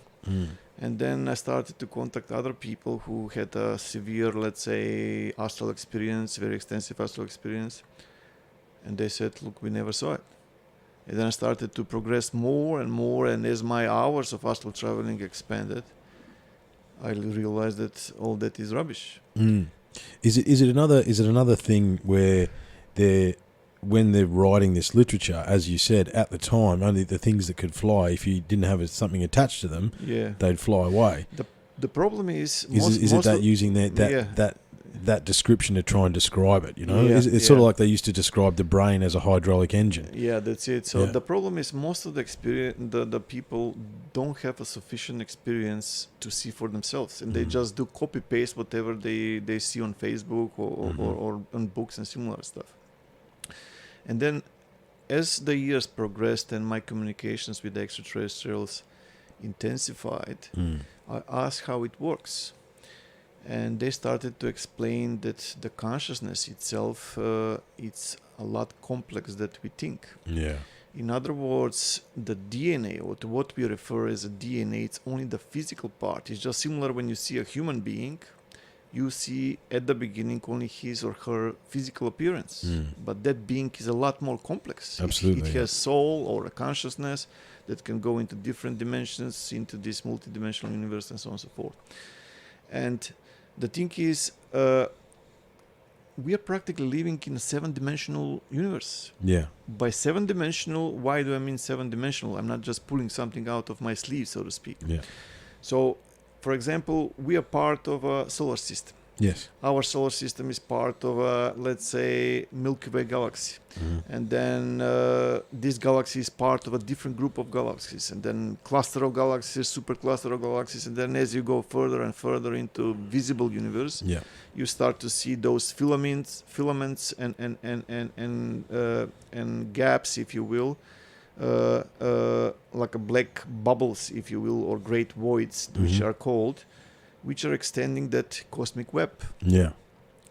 And Which looks very similar to brain to patterns. the brain pattern, because everything is in fractal movement. Yeah. Everything contracts to infinitely small or expands to infinitely large. So everywhere we can see geometrical movement Yeah. of mathematics and similar stuff, geometry. But that's just the first dimension. Yeah. Then when the space agencies, they started to scan the fields which are referred as dark matter and dark energy, something very interesting happened. They were actually scanning 50 clusters of stars, and in the part which is dark matter or invisible matter, that's the part which it's not interacts with the light in the same fashion as the normal light does. They found 5 different densities. But when they scanned the area which they referred as dark energy or invisible energy, they didn't find any fluctuations. The density was constant. So we are talking one plane of existence for this physical universe, then 5 densities of the dark matter, which is another 5 different planes of existence, where those default astral body, then self-luminescent, and so on and so forth. And then we have one huge nirvanic plane of existence, if you will, which is the top one. So our consciousness can exist in any of those 7 dimensions using a compatible vehicle. Due to dynamics and the downgrade of the genetic functionality in the ancient past, something which we also mentioned, now we have been downgraded into these 5 senses vehicles that we call physical bodies, and with the higher abilities of the consciousness disconnected. By higher abilities, I mean like a effect of the force, like telepathy, psychokinesis, materialization, levitation, and such. So the thing is, the consciousness, as soon as it desynchronizes from the physical body and synchronizes with the astral body, it communicates through immaterial DNA antennas. So what we referred as a DNA, the scientists found that there is a phantom DNA, but that's just the beginning. So what they did is that in a tube, they sucked out the air and they put a human DNA. But when they removed the DNA, the photons which were there, they stayed how the DNA was structured. So they've basically proven the astral body, or Exactly. That's exactly what the extraterrestrials are doing when they pull the etheric body out for a very complex operation. Sometimes they pull the person's arm and they have to, let's say, reassemble it. If there is like a 1 nano centimeter or millimeter, off, it could be a huge pain for that person. And all of a sudden, some people wake up in the morning and then it hurts like crazy. You know what I'm saying? They don't have the recollection, but that's a different topic. But the thing is, what I'm trying to say is that through this phantom DNA, the original consciousness has a immaterial DNA signature for every of those vehicles. For the astral body, for the self-luminescent body, So let's say the physical body, etheric body, astral body, self-luminescent body, and you have 3 more further energetic vehicles which are higher, less dense than the previous ones, but the speed of vibration is faster. That signature you talk about, has that been the same signature for our own source forever, or is that a signature that evolves? It evolves, depends on the host. Okay. On the host. So at this stage, we are part of the human body, and it modifies. Yeah. It's like, for example, the biology itself, it's a self-assembly technology. Yeah. You have viruses, you have proteins, and all that works unreal. But what I'm trying to say, Trifon, is that in the same fashion. For example, a person experience near-death experience, Yes. and he or she experience that he or she is flying through a very dark tunnel with a light at the end. But on the other hand, the consciousness can hear the doctors, wake up, come back to us. Do you know what I'm saying? Yeah. So there is a wireless connection Mm. which exists between the physical body and the astral body and every other vehicle. Mm. Through those, because DNA is transmitter, Yeah. is receiver and Yes. transmitter. And storage as well. Even and storage, and that's just for the physical body. Mm. Imagine how complex it gets for the immaterial, Yeah. part of our structure. So what I'm trying to say, every like we have a special unique fingerprint Yes. in our physical body which defines us Mm. as a singles, right, as individuals. Every astral body, every consciousness has a unique signature, like an IP address. Mm. So it follows that signal back home, so you never end up waking up in your neighbor's body. Yeah, someone else's body. Yeah, If you know what I mean. Yeah. And that's how it operates. Mm. And we can just move from one body to another. Mm. So to get into even more interesting parts, I started to question the extraterrestrials. What's going on? What's happening here? And in many times, either through so-called 5 system, which is fully described in my books, which is a state of consciousness where they introduce, or how should I put it, excuse me, they put like a special mental state when you receive a visual call. Mm. In a sense, like we are calling someone on Zoom, on Skype. Mm. This call happens in your head. Mm.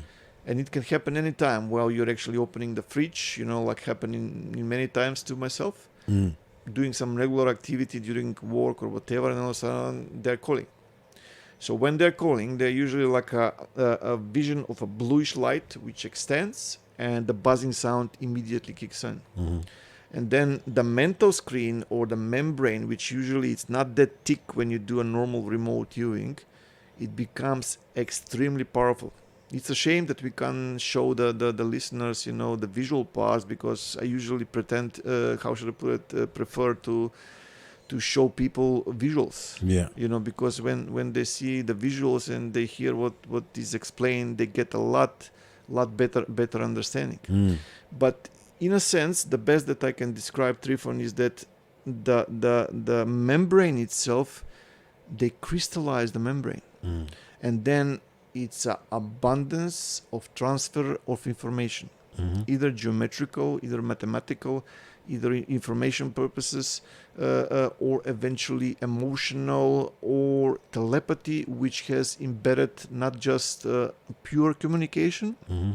but also memory from the past and similar things. Mm-hmm. So it's a very complex 5th system state of consciousness. Mm.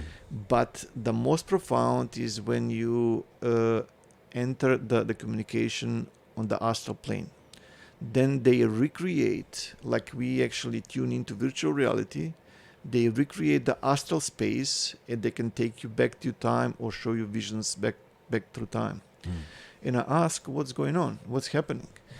And they explain that unfortunately this solar system is not ruled by positive entities, if you will. Oh, surprise there. I think. Yeah. Yeah. And I said, what exactly are you referring? And they said that this civilization is not the first that existed on this planet, Mm. neither the most advanced one. Definitely not. No. Yeah. And that there were conflicts in the ancient past that unfortunately resulted with this, what we call modern humans. Mm.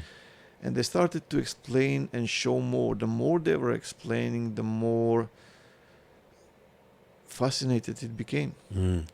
And when I started to research in parallel what I could find, I was able to find the scientific research that this happened millions of years ago, this happened 50, 200, 300 million years ago. But they were referring completely opposite.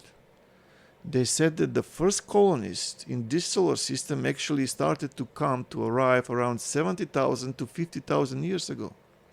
And they established colonists on these planets, because many of the solar systems out there, in their natural form, they're lifeless planets. Yeah, there's a percentage of planets in the Goldilocks zone, but it's not as common as you think. Yeah. So the thing is, they terraform the planets, and especially the source of the civilization. The first comers that they came, they were the Lemurians, the positive ones.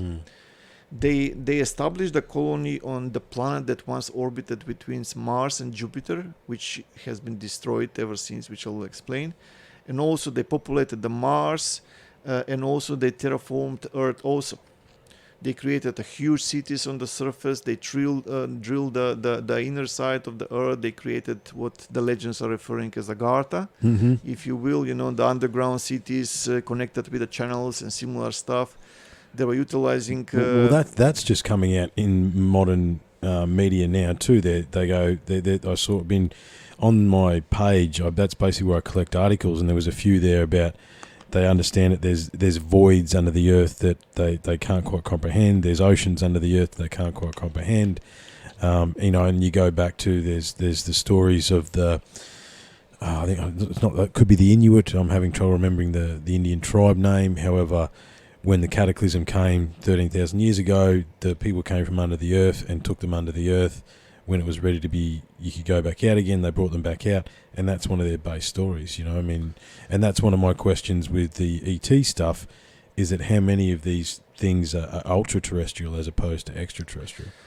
Look, the first thing that I would like to mention is that every one of us is a comer. So we are all comers. Do you know what I'm saying? Yeah. It originated there. When the first colonizators came, they populated the planets and they established what we refer as Lemuria. So these Lemuria are the ones that we are seeing nowadays in Buddhistic temples. Creatures with curly hair, with a spike that was growing from the top of their head, if you will, with long ears, different body sizes, and they were masters in meditation, altered states of consciousness, and similar things. And they were able to tune into meditative oneness, where hundreds of individuals were able to combine their energy and their feelings and memories and intellect, everything. In other words, what we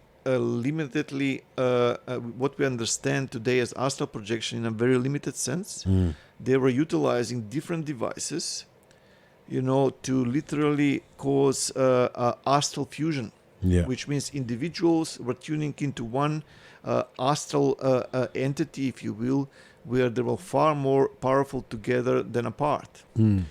And they were escaping into this part of the space, as far as they explained to me, in order to transit from the physical existence into the immaterial existence. I said, what do you mean by that? And they said that in many cases in the universe, the species evolved to the point that they discover the force. And then it starts with telepathy, psychokinesis, similar stuff, and then eventually it grows stronger and stronger, and more individuals, like a jewels, like a diamonds, are starting to spreading. And eventually it comes to the point that they exercise the idea of combining the energy. And as they combine the energy, they increase the power. As they increase the power, the scan into the immaterial part of the universe increases. They have a bigger open insight, wider insight, what the existence is. And eventually it comes to the point that they, as a single race, they transcend the physical experience. Yeah, the ultimate ascension. Yeah. The ultimate ascension, and they depart the physical universe. And I asked them, where are they departing? And they said that at the beginning of the time, the creator of this universe, which is a multi-universe, it was a huge expanded consciousness. It came and it literally manifested through the power of force, so to speak, and then different densities appeared. And it was so precisely done that it created sparks or seeds of life in different places of the universe. and then departed the scene. And then eventually, over the eons of time, this seed of life started to grow in different species. Some species went into the positive because there were two forces, one force which creates and one force which destructs or destroys. And the balance between those two forces in the universe is the one which serves as a catalyst. And eventually the species grow and evolve, and if they come to the point, they separate from the physical existence and they become immaterial intelligence. And then another species comes, another species evolves, and they group together, and by now they mention that it's sum of more than million of other consciousness altogether, or other species. And the Lemurians, they came to this solar system in order to transcend into the immaterial existence. But unfortunately, the dark side of the force recognized that, and the more species evolve into the cosmos, into the source of light, side of the light, the stronger the light it becomes. So that's why the other one pushes against the evolution, and it sends different beings with what we call nowadays with elongated skulls, and different body sizes, and half human, half what we call half human, half reptoid, and that kind of stuff. So I just need to just pull you up for a second. You said that they're saying that they only came here 70,000 years ago, as opposed to... Yeah, absolutely. Doesn't match with any scientific criteria what they are saying. And those different creatures that were sent by the Dark Force, they were very different in culture. I'm talking about the creatures that eventually established a colony that was called Atlantis. And this colony was concentrate mostly about hierarchy, and they believe that certain bloodlines have the right to rule above other bloodlines, other species. The blue blood sort of thing, yeah. That kind of stuff. And eventually the ancient Lemurians, they started to retract a bit, separate by, they were using the power of the consciousness, which the dark forces, they couldn't penetrate. But as the extraterrestrials were more and more coming and establishing the colonies on different planets, not just on Earth, in this solar system, eventually it led to a conflict which occurred around 11,600 years ago. So that conflict literally destroyed most of the Lemuria. By the way, Shambhala was the capital city of the Lemurian kingdom. It was partly on the surface and mostly underground, directly towards the inner sun, if you will. And if the ancient Sanskrit translation, if someone looks into the ancient Sanskrit translation, Shambhala stays for the White Island. So what is today Gobi Desert in Mongolia today, in those days, it was a huge sea. So this White Island was the oldest center on planet Earth, and the most powerful one.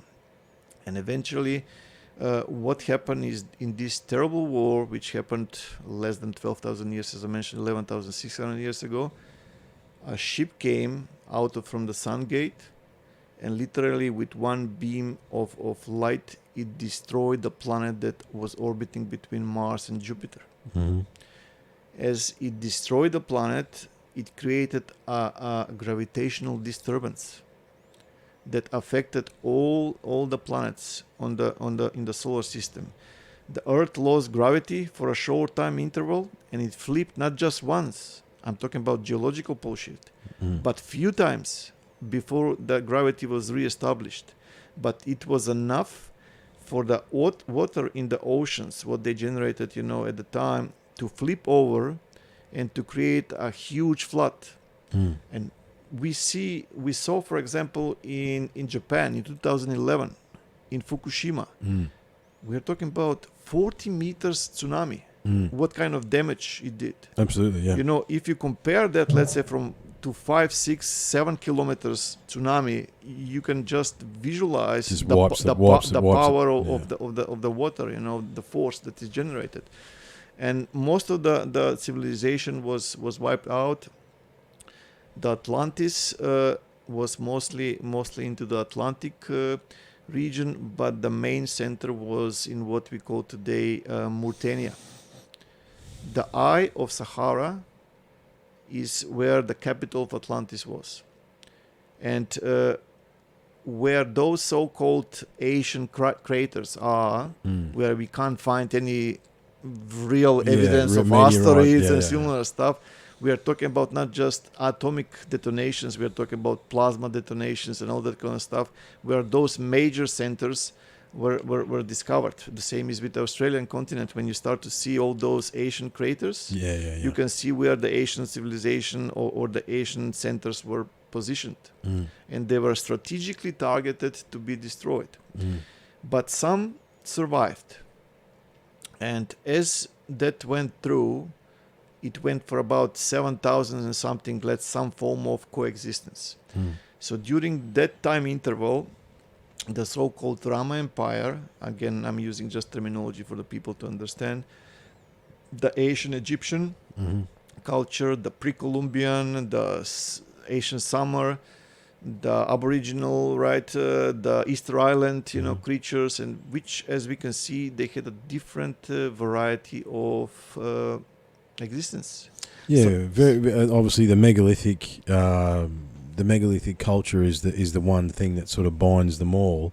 However, they have a separate existence, for sure. So some had elongated skulls. Yeah. Some had. That's like the Paracas skulls in South America. Exactly. Some had more arms. Some developed into intermix. Let's say half snake, half humanoid. If you know what I mean. Some were literally giants. Like the bones that were discovered, but unfortunately the Smithsonian Institute, which is the extended hand of the Freemasonry, unfortunately, and the secret societies, they were hiding all that information. Vatican itself has so much evidence, that is collected from all around the world that is kept under the closed doors. Because if that evidence come out to the open, people will realize that all these religions that we are having nowadays, it's all bullshit. Yeah, it's just manipulation, and they're hiding from us the real history of planet Earth. But do you think? I mean, I suppose for me, and look, I'm not sort of really I'm just absorbing the information you're giving to me. The timing is, look, I think the timeline is way out, and I didn't know in which direction. I have said either direction, but it's hard for me to wrap my head around, because I mean, if you say 70,000 years, that coincides with the fact that Homo sapiens sapiens, as we understand it, apparently our population. Apparently a supervolcano let go and our population got between 5 and 10,000, and we are descendants of those 5 to 10,000 people. Let me clarify a bit on that, because it's a great question. So the way this world functions is this. We have 13 families, which we're talking about the caliber of Rothschilds, Rockefeller and such, where the wealth of this modern civilization has been passed for the last at least 3, 4, 5 centuries, even more. Certain bloodlines. And then below them we have the secret societies, Skulls and Bones, the Freemasonry, and so on and so forth, which many are satanic in nature, unfortunately. So all these secret societies, especially the Freemasons, they establish what we refer as the governments. So in other words, they sponsor politicians, they put people on power, and then they give them the healthy funds, which are not, so to speak, through the right channels. They invite them to their parties where they're filmed, and one can imagine what in those parties is happening. Jeffrey Epstein, etc. Exactly. And then there is a blackmail, and they receive an email in their inbox, or eventually a written letter with the instructions what to do. The same happens with the media. Mm-hmm. The same happens with the academia, with the space agencies, the science, the medical research, and so on and so forth. So, with the Smithsonian Institute, the establishment is trying to push through Discovery Channel, History Channel, National Geographics, which are all owned by the elite. Let's be clear about it. Yeah, that's right. Yeah. So, for example, when there is a UFO subject, the first 5 minutes they bump the subject, and then the rest 40 minutes or 45 minutes they spend to debunk it. Yeah. And eventually it ends that all is just weather balloons or illusion, or people are delusional. They didn't saw what they saw. So if you take that narrative, especially with the UFOs, why now has it switched around for them to tell us that they do exist? Because it doesn't make any difference anymore. It doesn't matter. Nothing matters anymore. Now it's in the ending stages, and something that we will come through. But just to explain properly what I started. So the Smithsonian Institute, they push the leaders of the academia. Let me say this: you have the Bohemian Grove, and when you start to see, you see the President of the United States, you see the CEOs of the major banks running naked in the woods around the campfire with sacrifices, and you start to question everything. Yeah. You know what I'm saying? And Yeah, those same people you are seeing on the television, on the radio, they're giving us estimation and shaping our opinion. In other words, the Smithsonian Institute, in my personal opinion, has shifted as far as they can from the real happening. Yeah. Everything that occurs as a they have burned and destroyed so many huge, gigantic skeletons that they had found. Yeah. For example, if you take New York Times during the late 1800s, there are so many reports of find huge skeletons. Yes, know, and then all of a sudden they're gone. Gone, yeah. And but sort of like the 50s and the anti-gravitic technology as well. The same with the carbon dating. They want to push everything millions of years, in the past, but they can't see. But the thing is, there is evidence. For example, Plato, when he was in Egypt, he heard certain things, and other people also from the ancient priests. And again, it matches what the ETs mentioned to me. Yeah. It was about 11,600 years ago when the cataclysm actually struck. So the real question is, why, if that's the case, how did the pyramids survive? At least some of them, right? It survived because during that pole shift, as mentioned, the tsunami. That's why the visual presentation it's really good. It's helpful. The tsunamis went into certain direction, and but the area in Egypt tilted. For example, the area of Eastern Egypt and so it literally went down, but where is the Gulf of Aqaba, and the Red Sea there, it lifted up. Yeah, it tilted, and again that let the water just go to pass by where the Nile River is, and they survived. But that's only for the first cataclysm, which appeared almost 12,000 years ago, as mentioned. But after that, the Asian drama continued to strive, so to speak, separately. But on the other hand, we have the pre-Columbians, we have the Asian Egyptians. So even in the Asian Egyptian tombs, there are some, let's say, depictions of those UFOs, and there's some interesting hieroglyphs. Yeah, exactly. But the pre-Columbian one are the concerning ones. Because they show a skull trepanation. So for the listeners who are not aware, in ancient times there were many skeletons that were found with the skull literally penetrated surgically. Yes, yeah. And now the National Geographics and all the rest of the establishment channels, they're pushing that they were performing operations. Yeah, medical Come on, stuff, let's be real. 3,000 years ago, someone is performing if we accept the general accepted narrative of history, right? Doesn't make any sense. No. what they were practically doing is that extraterrestrials were drilling through the skulls and connecting the brain through nanotechnology with the artificial intelligence and with different technologies. In other words, what Elon Musk is trying to do with Neuralink nowadays, by putting an alien implant and which is hooked to the cloud, and then the artificial intelligence actually runs the cloud and so on and so forth. But what those ancient aliens were doing, they were connecting the head, and that's why probably I would advise for the people to go and search on YouTube my other presentations where they can see this visually. You know, extension in the military sense, extension in a flying sense, and different technology, what we today call nanotechnology. So nothing that we are inventing nowadays, it's new. And then eventually it led to another conflict, which appeared around 4,000 years ago.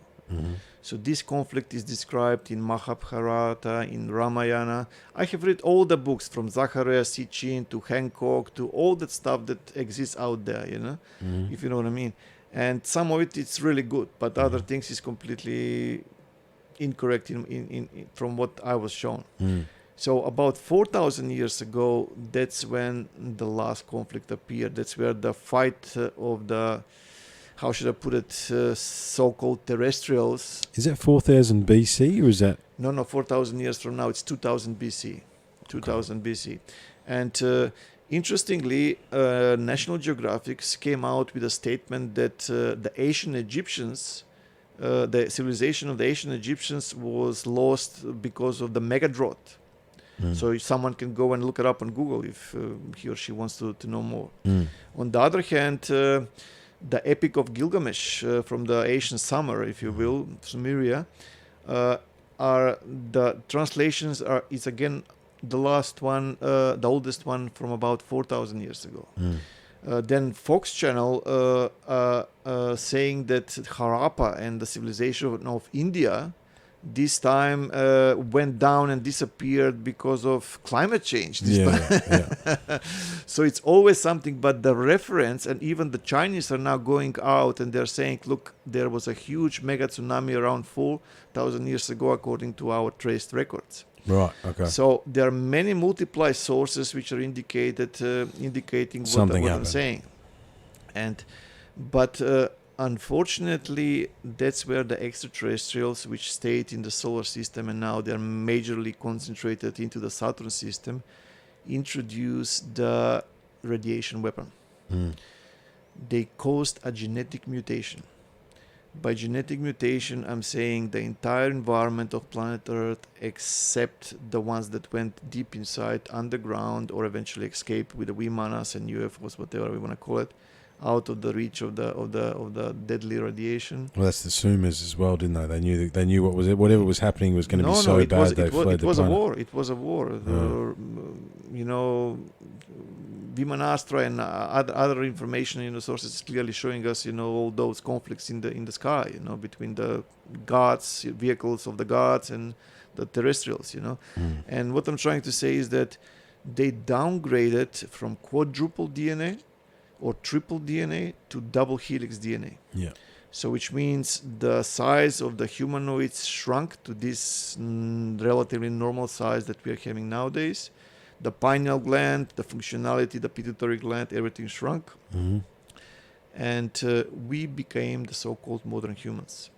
So if one starts searching, it turns out that around the population of the Asians around 4,000 years ago was only 27 million. Yeah, right. So imagine that's not many for those guys. Yeah, so we're talking about creatures with elongated skulls and similar, which, let's say, the National Geographic is trying to convince us that they were artificially elongating them. Yes, you can elongate the skull if you put, let's say, a metal and so on and so forth, but that's not the case. Well, some of those elongated skulls, they're bigger than a human skull. The CC size is... Absolutely. 20, 30, 40% bigger, yeah. But not just that, they downgraded the entire conditions of life. In other words, the atmosphere was bigger in those days, and that's important because it contained a lot more prana or chi, which produces something which is called genetic optimal expression. So that's the best what the RNA and DNA can provide inside the organism, inside the living organism. And the trees don't grow that tall anymore. The sea life shrunk. The size of the birds shrunk. The dinosaurs, everything. The insects shrunk. Even the humans shrunk. So we were put in a prison of 5 senses, and the abilities of the consciousness disconnected. The higher abilities of the consciousness disconnected in such a negative way. And from there, we multiplied. Slowly, and now we reached again to about, let's say, 7.8 billion. And there are still children or babies born with elongated skulls, but then their parents take them to hospital to make to perform a surgery to shorten the skull and similar stuff. What I'm trying to say, some of those original bloodlines of those 27 roughly million that survived the conflict are still here among us. So the interesting part comes here. After 4,000 years ago, we were literally running naked in the woods, like Aboriginal, like Indian, indigenous, like European indigenous, We didn't know what is happening, and from time to time we were seeing lights appearing, here and there, everywhere.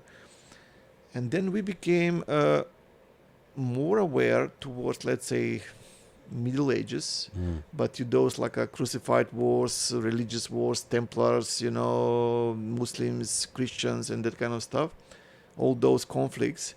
And then that came the Inquisition, the dark times of the church, and they literally programmed the population into certain belief system. Yeah.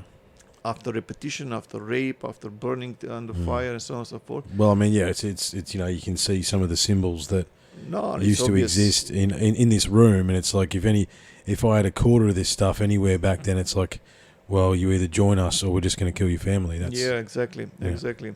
So, but most profoundly, we become aware of the alien presence during the World War I and World War II, especially World War II. Yeah. So those the Foo Fighters and bogies, they were also calling them bogies because as our airplanes were flying, discs were coming or lights were coming.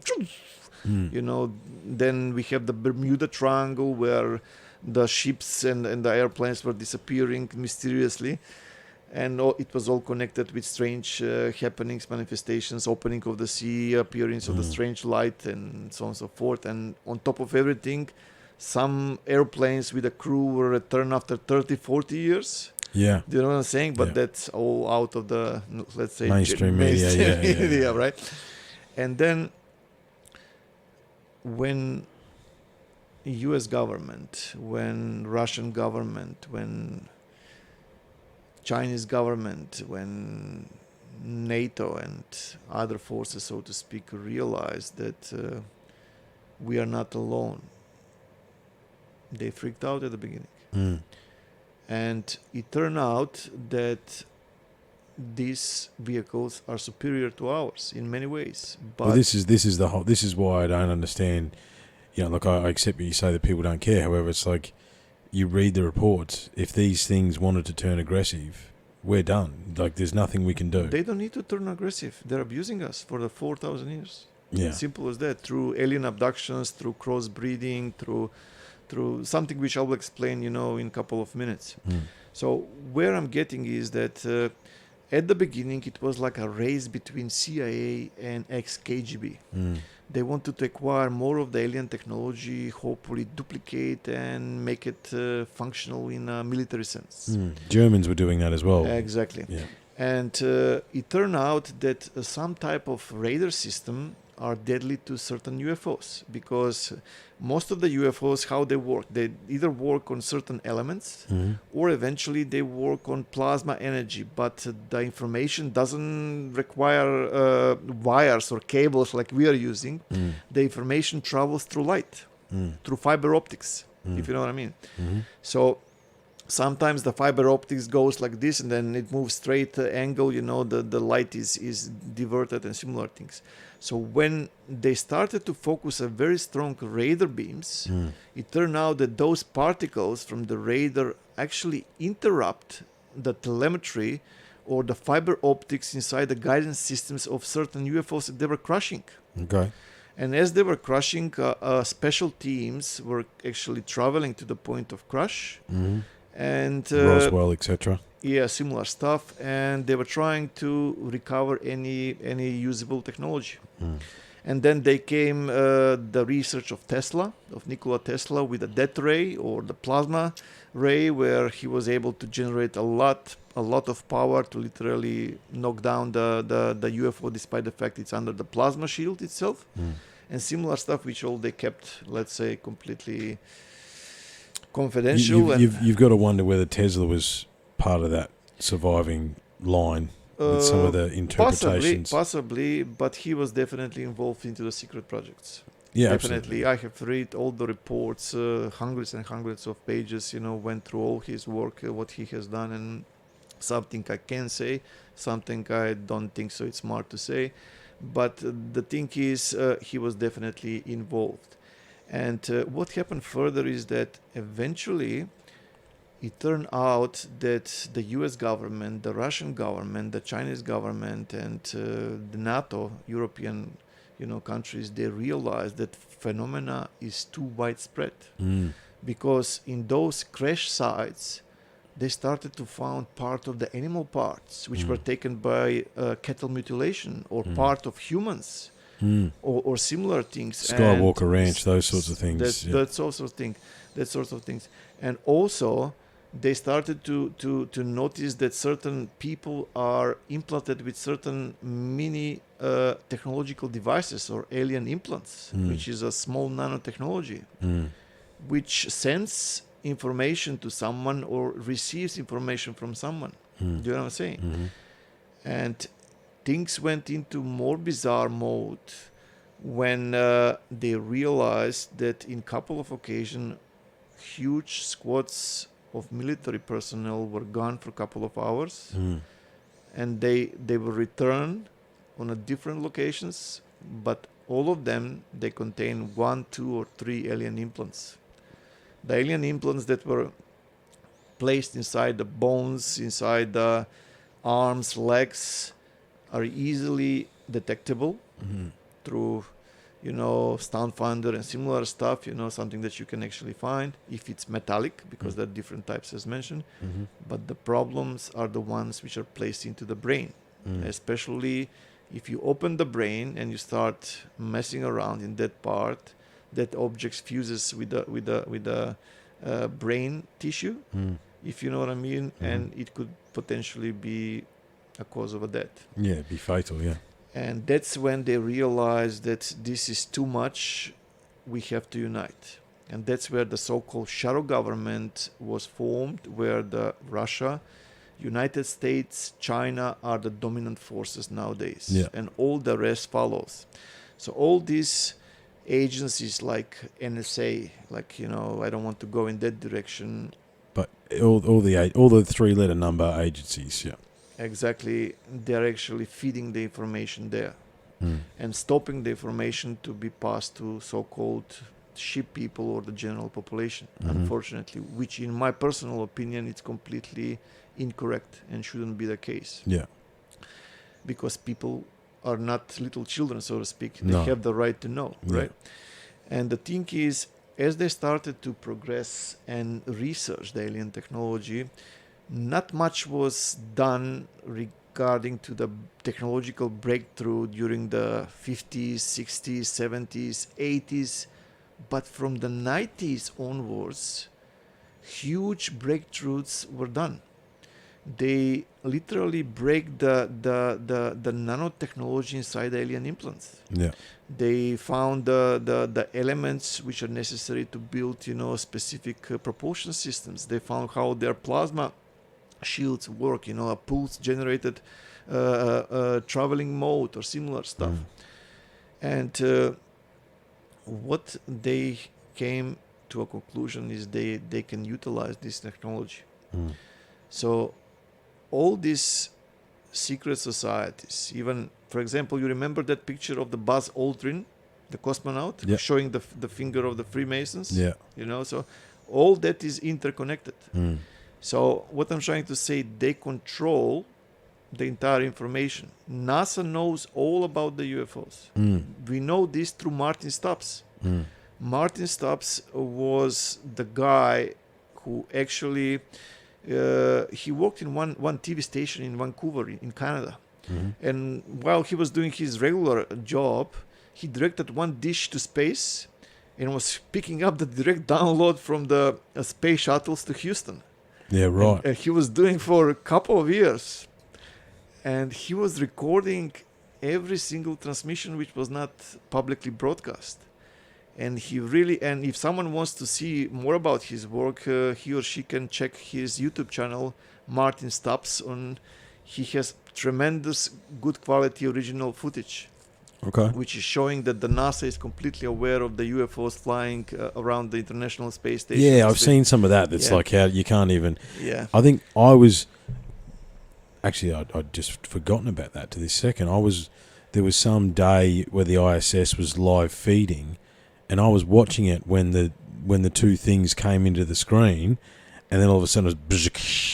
Yeah. Sorry, we're having technical difficulties. It's like, what was that before the technical difficulties start? You know what I mean? Like, Yeah. So this technology that we are talking about now, the rich globalists, they came to idea that they can utilize. In other words, they are creating through those injections that they're pushing and the so-called pandemic. Once when the nanotechnology and the smart dust created by DARPA and other organizations, if you will, is inside the organism, it multiplies.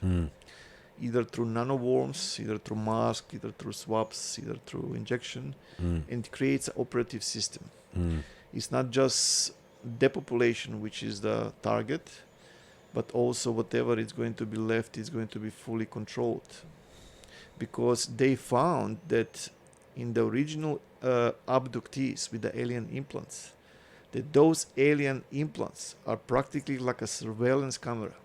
If you have an alien implant in your head, everything that you see through your eyes, everything that you talk, everything that you hear, everything that you smell, everything that you think, it's all remote camera to the control system wherever it is. Do you know what I'm saying? So in the same fashion, they break the nanotechnology and they made it compatible with the physical, with the biological makeup of the humans.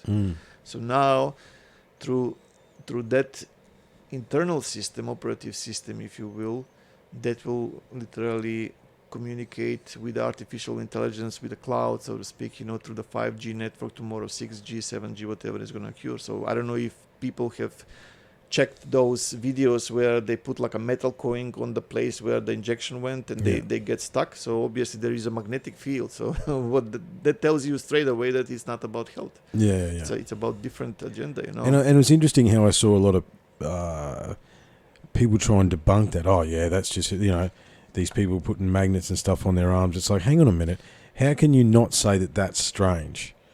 Right, and like, it's the metal that's left behind. I can tell you this: the video that was sent to me was sent from my friend who was living in Sydney. He went back to live in Europe, and the video was he filming his father after the injection. So I'm telling you, it's 100% legit. It's happening, and that's exactly where we are now. And for the last 4,000 years in parallel, the extraterrestrials, the ones which are abusing us, unfortunately, they are doing crossbreeding, they are harvesting genetic material, and most of it, they feed off emotional energy. So every time when control. Especially when you go out of your body, when you fall asleep, your astral body goes out, and the orbs, let's say, come, and they create a holographic visual or a virtual reality visual, which we call dream. So I will tell you one experience. Maybe the listeners will understand much better. Let's say a couple of years ago, I came back from work, and then I was very tired. Yeah. I fall asleep. And then I didn't do astral traveling, didn't awake in the astral dimension at all, just blackout, and all of a Good sudden, old-fashioned sleep. exactly, and then all of a sudden, I'm seeing a lighthouse, so to speak, very close to the ocean, and I'm going in that direction. As I'm climbing on the stairs, all of a sudden I'm seeing my mother and my brother coming down. My mother has passed away. Mm-hmm. My brother has passed away. Mm-hmm. And it became like emotional, especially because unfortunately my brother took his life, on my mother's birthday, if you know what I mean. Yeah, right. And I said, he's still inside, unaware that inside the astral dimension. And I'm just stretching my arms, hey guys, how are you? Let me hug you. And immediately both of them, they disappear. And a huge negative face around 3-4 meters, appears, and he starts laughing like kick, kick, kick. But it's such a huge, loud sound and in that moment, Trifon, because it became personal in a sense, there you go. After all your experience, you can't do anything about it. You know what's going on. We are still playing you like a little monkey. Do you know what I'm saying? Mm. And in that split of a second, immediately full awareness of my astral body returns. I'm seeing my transparent astral body, and all of a sudden anger, which I can't explain. Just putting my hands into fist, generating the full power from inside and release a energy, light of such enormous power. Mm. As the light hit the face disappeared, but 4 orbs went in different directions. Mm. And because I was bitter, I experienced bitterness of this experience. I didn't want to continue astral traveling or whatever. I literally was sunking down back to my physical body, and as I was seeing, the ceiling and the walls, I was seeing those orbs disappearing into the walls. Yeah. So that's just small example. In my life, I have broken probably hundreds of dreaming holograms. Mm. If the consciousness is weak, usually 1 orb is enough. Mm. It can either fly or levitate above the body, and the consciousness will experience like something is chasing him or her in the dream, or similar, negative stuff. What's really interesting, Pane, is I've probably had, and it's ramping up, I can recall about half a dozen dreams where basically I stopped it and went, hang on a minute, this is total bullshit. That's it. I'm not participating in this anymore. And I just left, But that has happened, and it takes you, it takes like, I think my wife was cheating on me, or you know what I mean? It takes some really personal things that would affect you on a great level and shows them to you in such vivid detail. So what happens is this. If the consciousness is weak, one orb is enough. Yeah. If the consciousness is stronger, two orbs work in parallel. You can see this on the infrared cameras when you put the infrared cameras in the bedroom, and then you film how your children sleep, or you and your partner sleep, or whatever.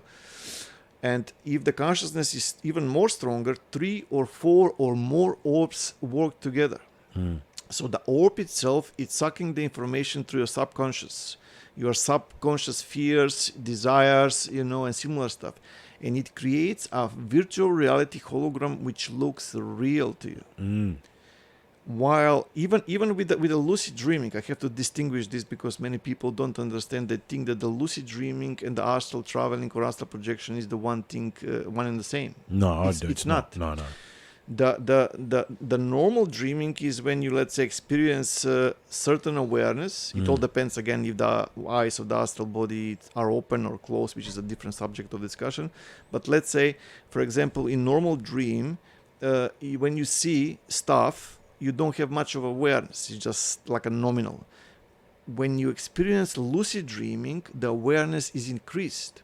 For example, you dream that you're flying above, let's say, your neighborhood. You can see the houses, the roof of the houses, the street, the cars, and so on and so forth. But there is one fundamental thing which is missing. you still think that you're in your physical body. You still think that you're flying with your physical. You are not aware that you're inside the astral body. Do you know what I'm saying? The moment when that awareness happens, you start to see yourself transparent, like you really are. Do you know what I'm saying? So in the same sense that I was discussing about the wireless connection, for example, people near death are just floating through that dark tunnel with a light at the end, right? Which is again a different complex topic of observation, where you end up when you reach that light. You know, they can hear the doctors. In the same wireless connection, the orbs can literally create the hologram. For example, you have fallen asleep, let's say 10 p.m. You have separated from the physical body and you, let's say, wander at about 50 kilometers from your home. But you don't see the environment, you don't see the trees, you don't see anything, whatever the case is. But instead of you're seeing dark rooms or whatever, you know, certain structures, which are not there. But those are transmitted through the orbs.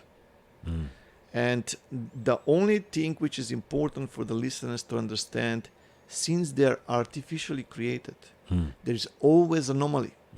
So once when a person search for this anomaly, he or she will start to question reality. As soon as the reality checks appears, you will understand that you're inside the dream. Like you said, I don't want to participate with this anymore. You know, I literally back off.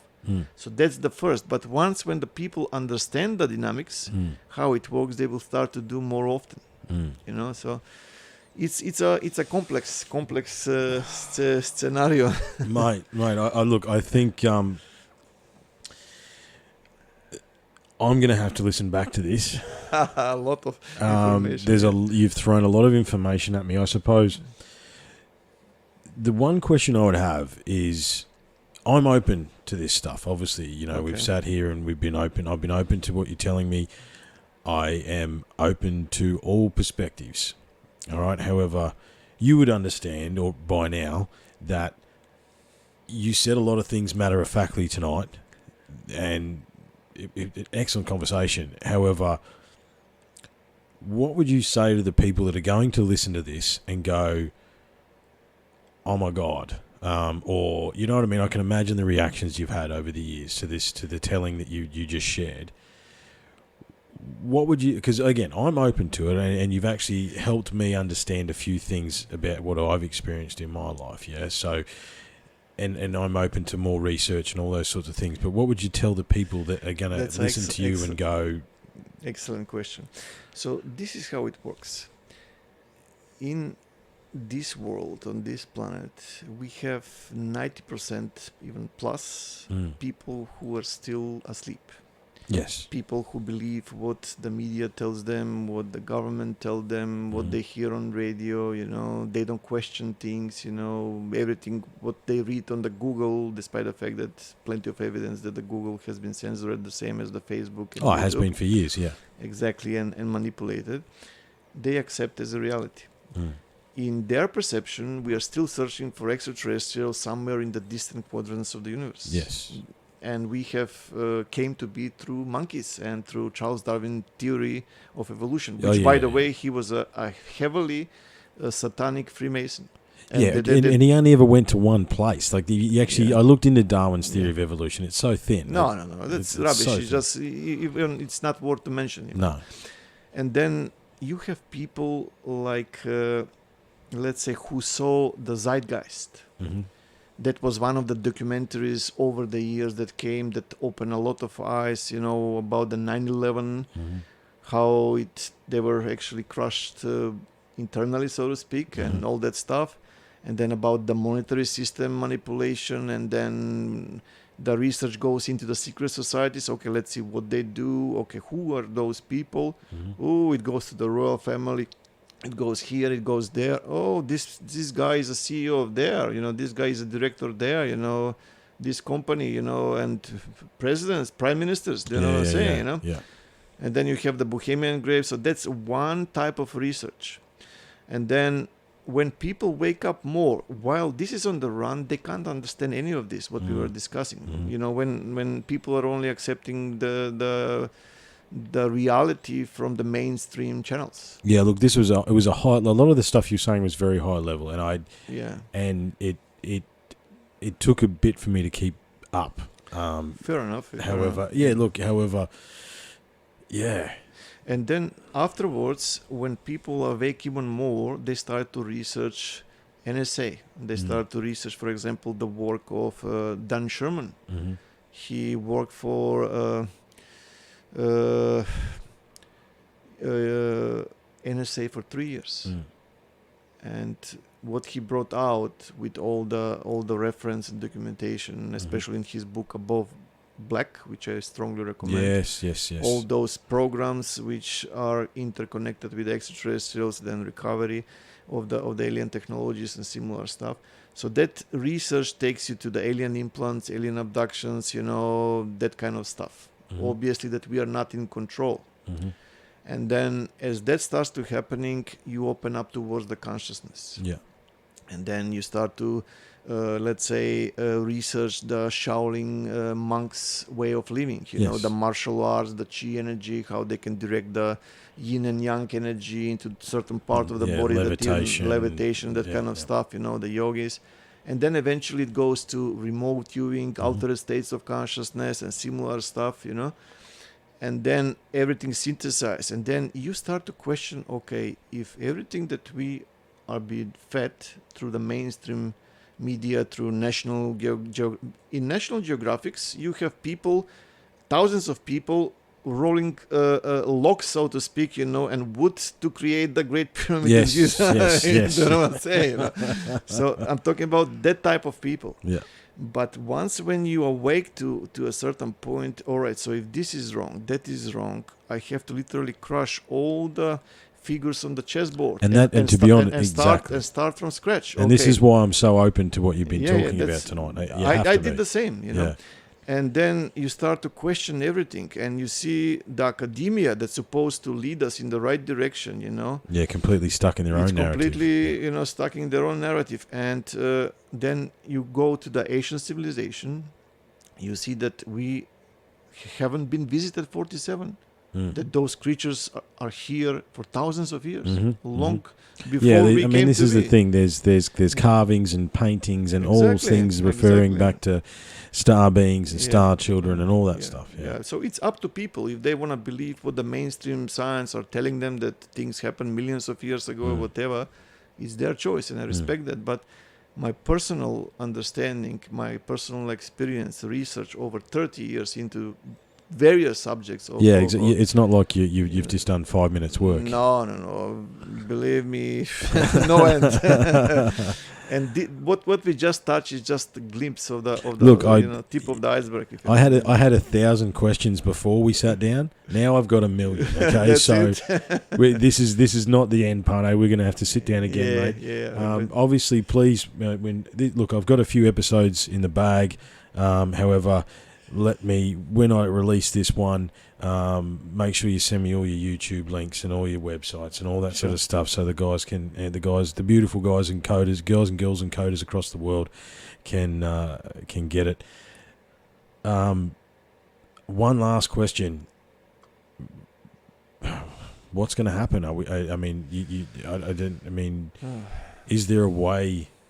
Because before we sat down, we both looked at each other and said we hope that we're wrong. I've got my theory, you've got your theory, and it doesn't matter which way you shake it. We hope that we're wrong.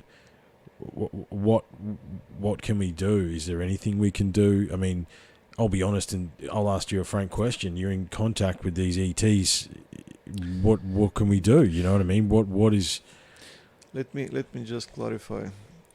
The extraterrestrials that I was mostly, the positive ones that I was mostly in contact, they live among us on Earth, on Mars to some degree, and 4 moons of Jupiter.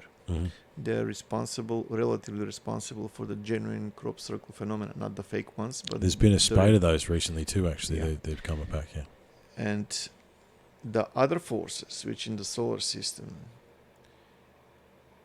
let's say in my book Saturn, The Secrets of the Extraterrestrial Engineers, and also Dr. Bergman with his book The Ring Makers of Saturn. One cigar-shaped object, Trifon, it's 50,000 kilometers by 4 kilometers. What kind of chances are we technologically, militarily, or whatever you want to call it, are standing against a civilization of such level that can build something like that? That can build something there, do you know what I'm saying? So the extraterrestrials that I'm in contact with, especially before they removed the implant, unfortunately, 2010, they don't have the force to fight them. Because it's supported by the Type 3 civilization, which destroyed the planet that once orbited between Mars and Jupiter in those and days. Mars as well. I mean, half of Mars is 2 miles shorter than the other half, and that was some sort of explosion that did that. You can see when the planet exploded, that part of the huge chunk of the asteroid literally left a scar on the surface as it went through. And then the water was evaporated. Mars was pretty much similar to our conditions, you know, like in those And it's days. interesting our obsession that we need to want to terraform Mars, you know what I mean? It's interesting how we have an obsession with that. So what we can do, the problem is nowadays that the rich globalists, unfortunately, we've given the power to the narcissistic, sociopathic, psychopaths. And unfortunately, through World Economic Forum and through similar organizations, they are trying to push the so-called Fourth Industrial Revolution. They want transhumanism. So once when you inject people with certain genetical material, you hold a patent to that material, and those beings are no longer sovereign. So you can control them, eliminate them, whatever, in the eyes of those globalists. So this Mr. Global, so to speak, he doesn't care about us, the general population. And now it's using medicine and high technology and the military, in my personal opinion, to literally eradicate a huge number of population. Pane, it's not the military. It's not your personal opinion. I can forward you the article where our Prime Minister here in Australia has asked the military to help them roll out the vaccine. I heard that absolutely, and that's terrifying. It's absolutely, and the problem is that a percentage of people are going to run into the arms, and you know, we know where this goes. But on the other hand, you have the Freemasons who control the governments, because the governments are not in control. They're just middle players, so to speak. They're puppets. So we are protesting on the wrong place, and all the petitions that we are signing are going to the people that they just go. They just laugh on them, you know. So we had to do. I did it, you know, as a decent human being, if you know what I mean. And it is our rights and our body what to inject into those bodies. Absolutely, you know, no one can force you to inject something if it's not your decision. You know, that's how it should be. But in their eyes, that's not the case. You know. Well, thanks for ending it on a positive note, Pane. I appreciate that, mate. Look, the only thing that we can do is just stay alert. Stay the course. Stay positive. Try to establish, so to speak, more balance and build the community. Make connections like this. Interconnect, because now they're censoring the Facebook, they're censoring the YouTube, but interconnect with people, build groups, and hope for a miracle. Well, thanks, mate. Appreciate it. Good on you, everyone. We'll talk again soon. Cheers. Cheers.